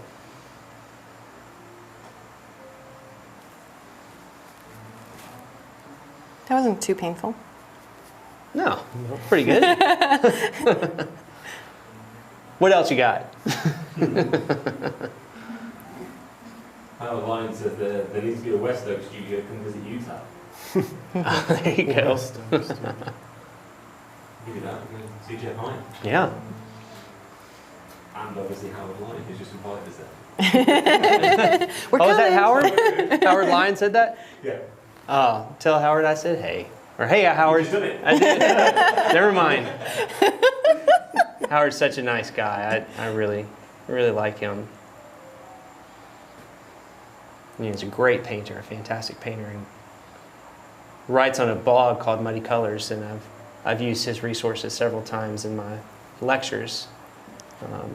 So check him out and check out that blog as well.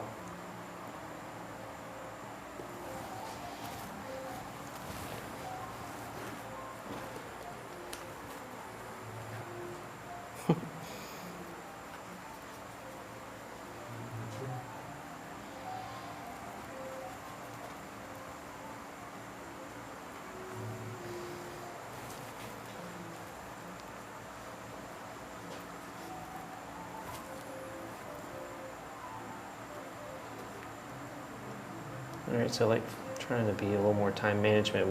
How much time we have left on this session? On this session, about 2 minutes. Okay. And then one more? Or Maybe one more. we got this.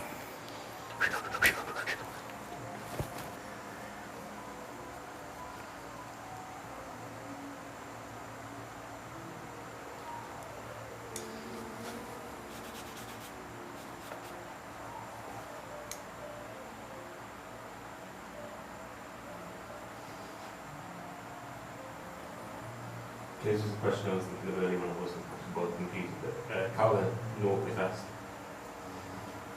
I think I've not asked it anyway, sorry I'm asking it again, but she said, what do your goals look like when you reach that level of professionalism? What goals look like? What level of professionalism do we know? I think she said like that level of professionalism. When you talk about poop and sorry. Yeah. That level of She's professionalism? referring to your level, I believe, with the whole, when you reach that level of professionalism, what are your goals? Well, I mean, I think that I feel like, as artists now, this might apply to way more than just artists, but you kind of are chasing a rainbow, Oh, where you feel like you've never really reached that level, but there is definitely probably a time in your life when you would have looked at the level that you're at now, and you would have gone, "Oh, that was reaching the place." So I'd say that there's always before you, even if you don't know it at the beginning, you will definitely see more path before you of what's the next thing to go towards, and so. My goals definitely are constantly, and they evolve a lot, because obviously I'd love to be an influence and would love to contribute in a real way to the conversation, the art conversation on a larger scale.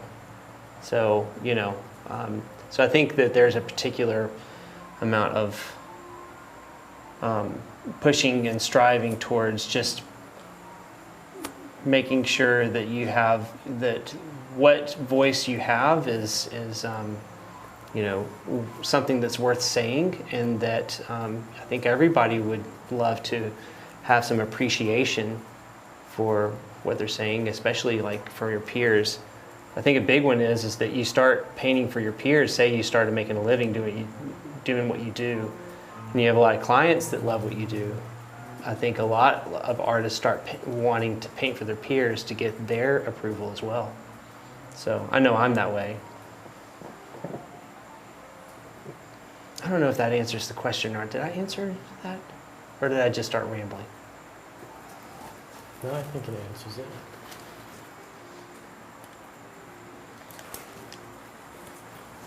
I guess for me, I mean, whatever level I'm at,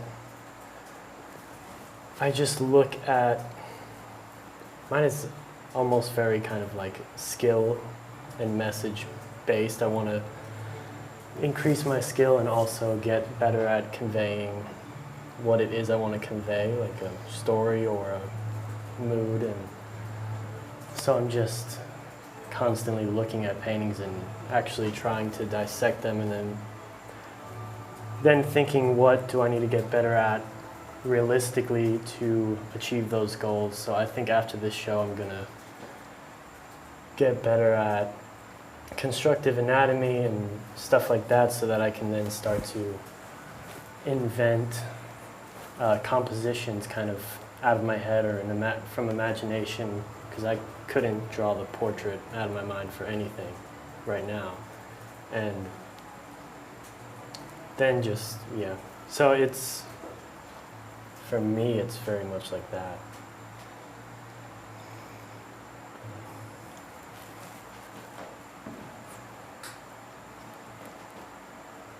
I'm sure there's other aspects to it too. That's just been what's been on my mind as of like the last, month. Yeah.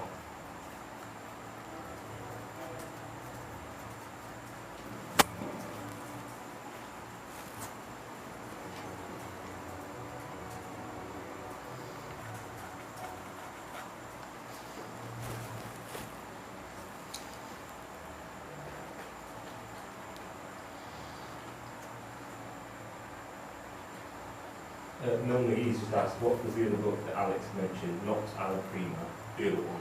It was Solomon J. Solomon. yeah, Solomon J. Solomon, and it's called, I think, just The Practice of Oil Painting, I think is what it's called. But it's the only book he's written, so Solomon J. Solomon.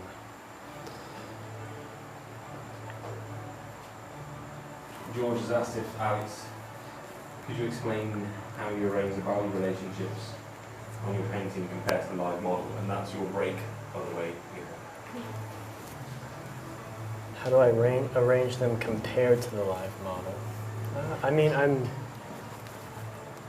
going for what I'm seeing.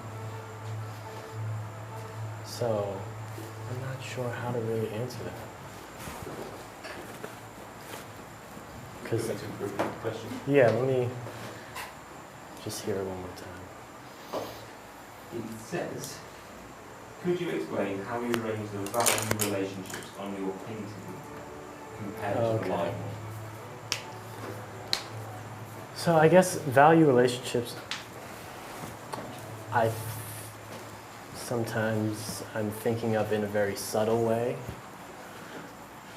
So I'm kind of grouping together a lot of values in the lights, and then just kind of the shadows are just sort of flat.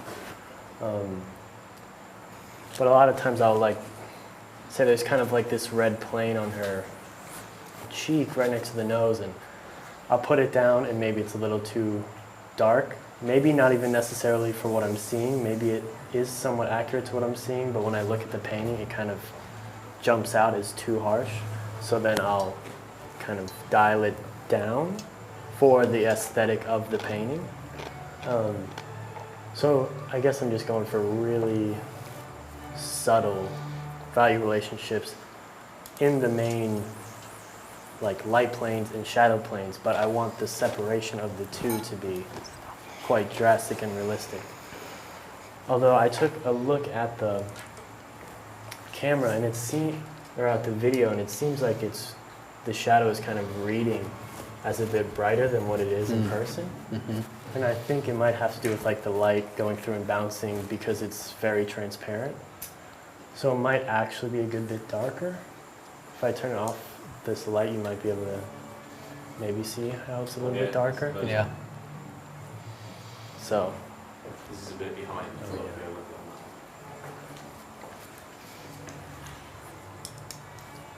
so yeah, I hope that answers the question. I'll keep it.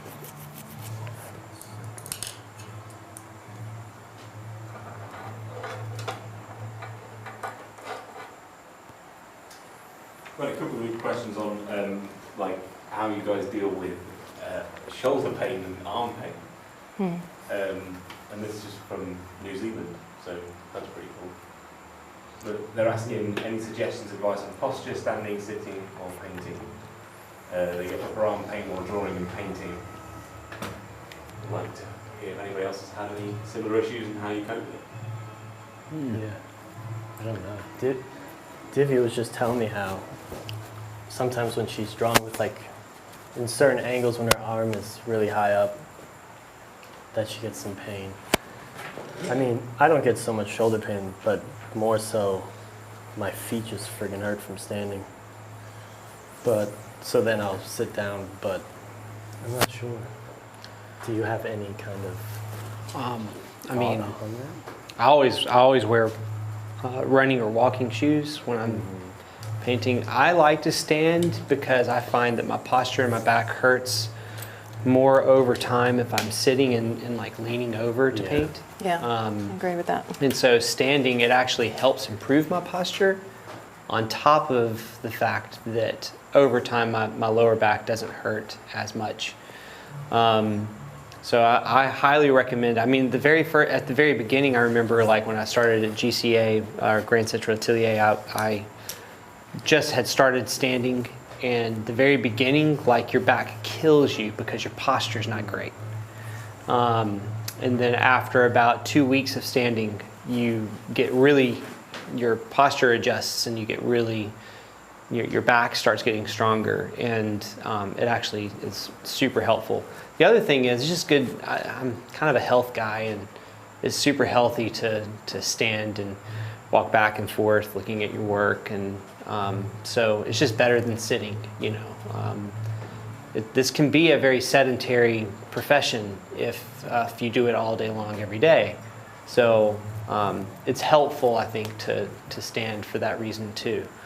As far as your arm is concerned, I mean, joint-wise, I don't have any issues. I think that over time, your arm just gets really used to being up and painting, and so your deltoid muscles get a lot stronger, and so I don't really have any problems there. But maybe other people do. What about you, Alia?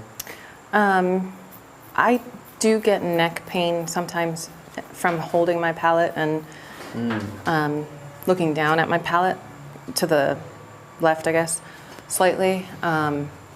So sometimes I'll just put my palette down on a table or put it on another easel with just clamps and have more of a parallel, like your situation over there. Yeah. I have feet pain too, and standing on like anti-fatigue mats really helps. Oh, okay. That's a thing. Yeah. That's a thing. Anti-fatigue. Yeah, like chefs use them. They're like little in- gel Yeah. mats Yeah. in a way. I Yeah. need that. Yeah, so that will protect your knees and your back and your feet. Oh, man, that's awesome. But definitely, for me, like I think I still have ballet posture, so that it's much better for me to be standing than sitting. And also the paintings turn out better because you can step back and Right. But- Yeah. and then just being active outside of painting is really important too. I think exercising, going for a walk, is great for your body. Are we back? Oh gosh, shoot, I'm squandering. We got a couple minutes beating you. Yeah. Ah, We're ahead of you, Alia. oh no. Um, Yeah, I think. Yeah, there's that's pretty common actually for painters to get fatigued like that. yeah.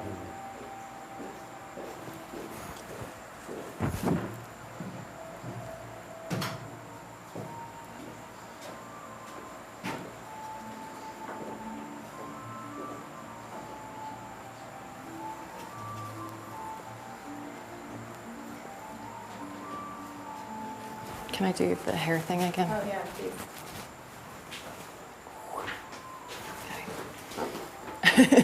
You're so generous. Thank you. Oh, you messed it up. No, just kidding. My fault. A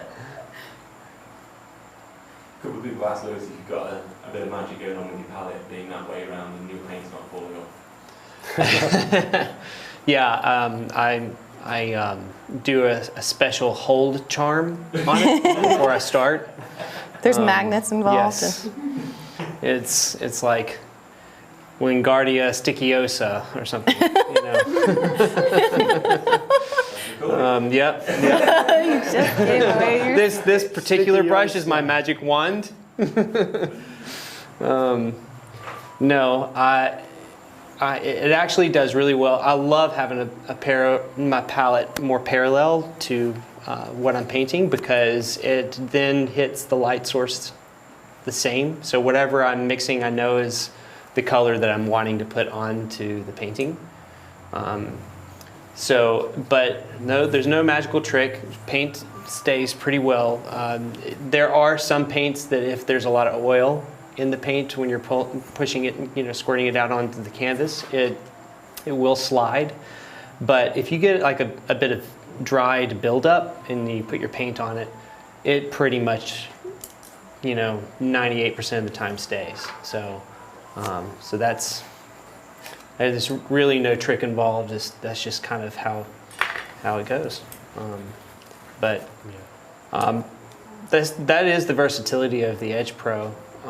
It can be turned up like this or be used just exactly how Alex has it. The advantage of how Alex has it is that you can put a light on it that way. You kind of have to be careful. If you have a light coming around the side, it doesn't quite work the same. But no, I enjoy it like this.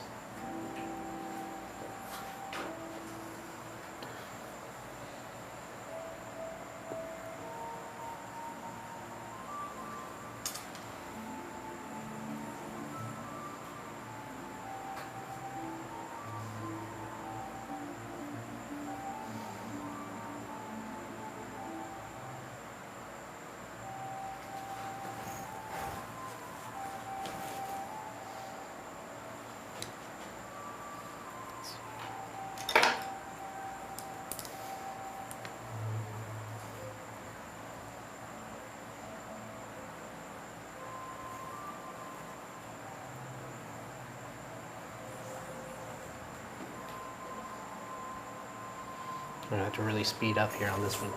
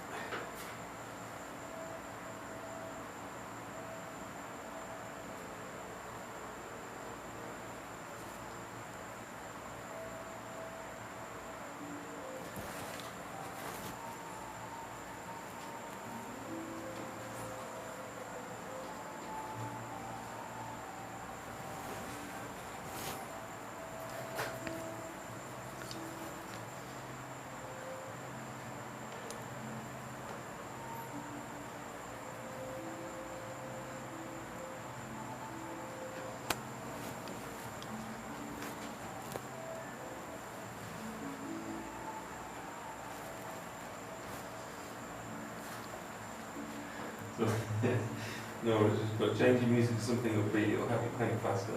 Yeah. It's not a bad idea. Oh, we got him singing again. Metallica? Yeah.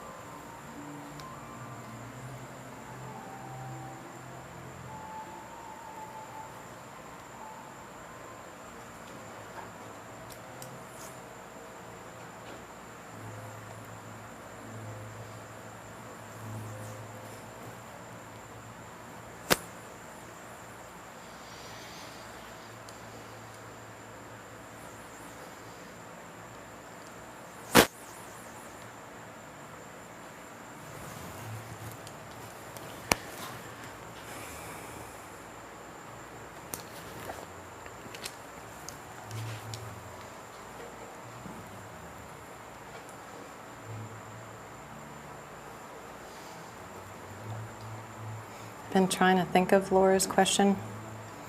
The first one about when you get to that level. I just made a joke and now I can't remember the question. Can you repeat it? Because I never The answered. question was, what do your goals look like when you've made it to that level of professionalism? Okay, what do your goals look like?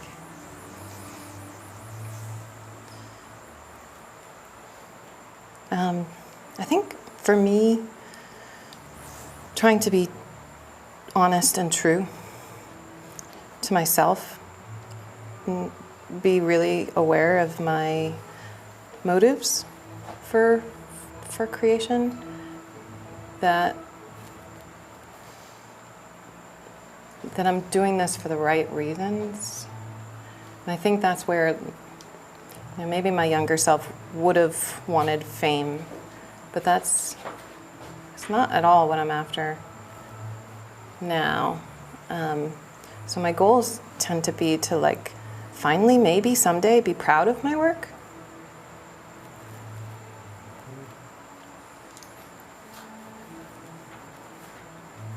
Not satisfied, but proud. It's different. Yeah. Yeah.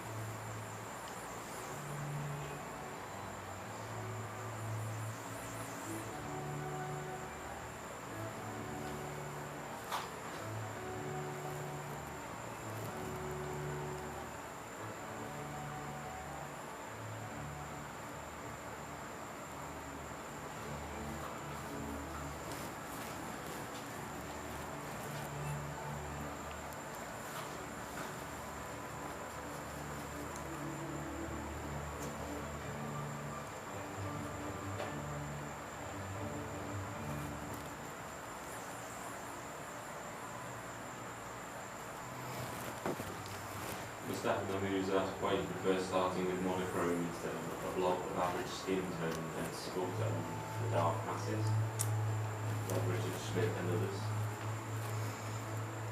others. Who's that directed to, or is that all this? For me, value is always the first and throughout the painting, the most important aspect. If the value gets thrown off, it's hard for me to rescue the painting. So I know for the success of my paintings, I do better if I have a clear value structure to begin with.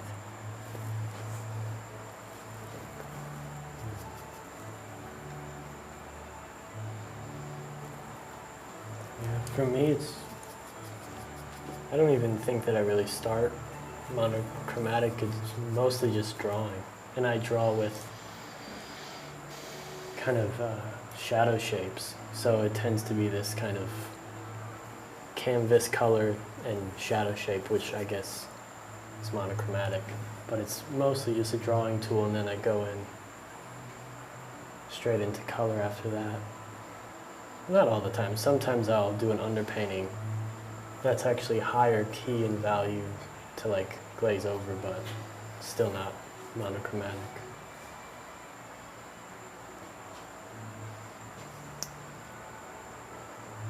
I mean, I think I'm pretty much in that same boat. Ditto. Not allowed.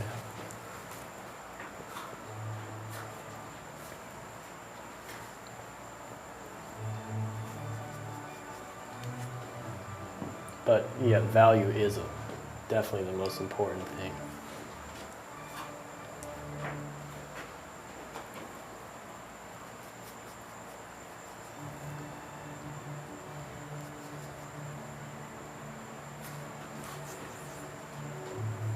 Question from George that probably ties over the last part.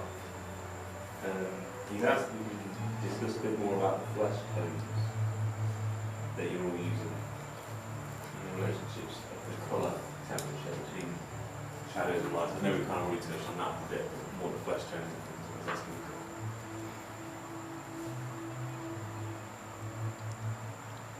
I said Really? something about it.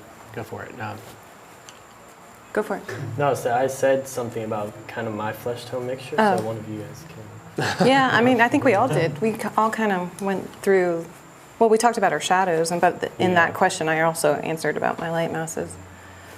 So I'm not sure that we can really elaborate Okay. on it more. No problem. So George, if you're still watching, then we discussed it. So just go back when this is finished, you can watch it. Or rephrase the question, maybe, too. Yeah. He might not have been watching when we answered it. Yeah. So Yeah.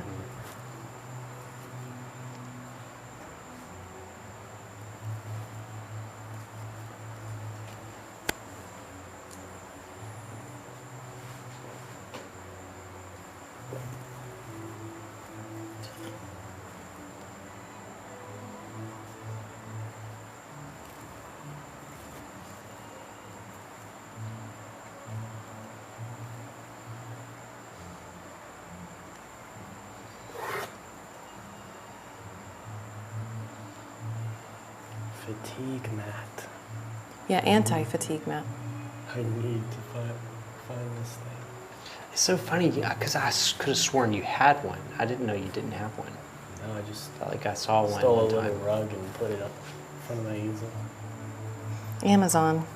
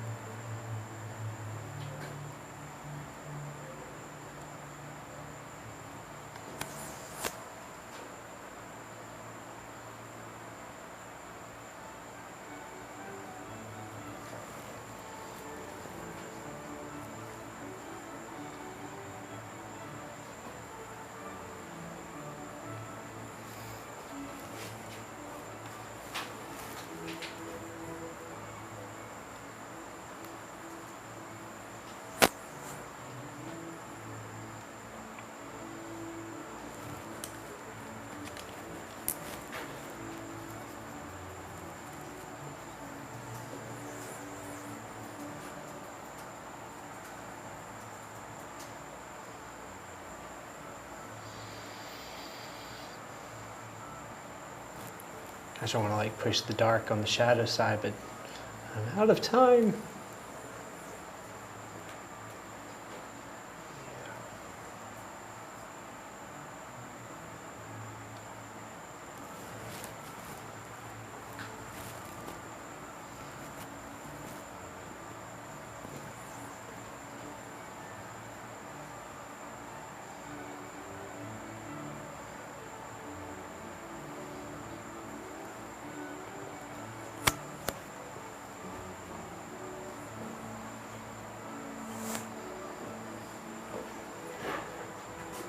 You have 2 minutes. Thank God, it's almost over. Need to be saved by the bell.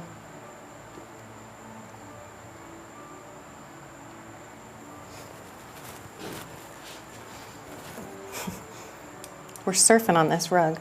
I know. It looks like a beat. My easel keeps moving. I'm like, what is going on? Like his whole camera shot's changed 3 times. It's just sort of slowly moving across.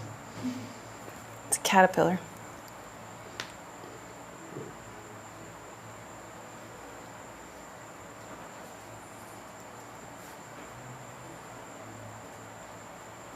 Message from Tony, who's watching from Ireland, saying, beautiful work, you must be very proud of yourself. The portraits look so different to each other, very great work. Thanks again. Everyone's saying thank you, basically. Oh, thanks. Awesome. Some people have been painting along. Oh, that's cool. great. Oh, Awesome. that's awesome. Yeah, just in their studios, just painting. Well, that makes me really happy. Thumbs up to the model too. Yeah, definitely. Yeah, she's done an incredible job. She's worked the hardest. by far.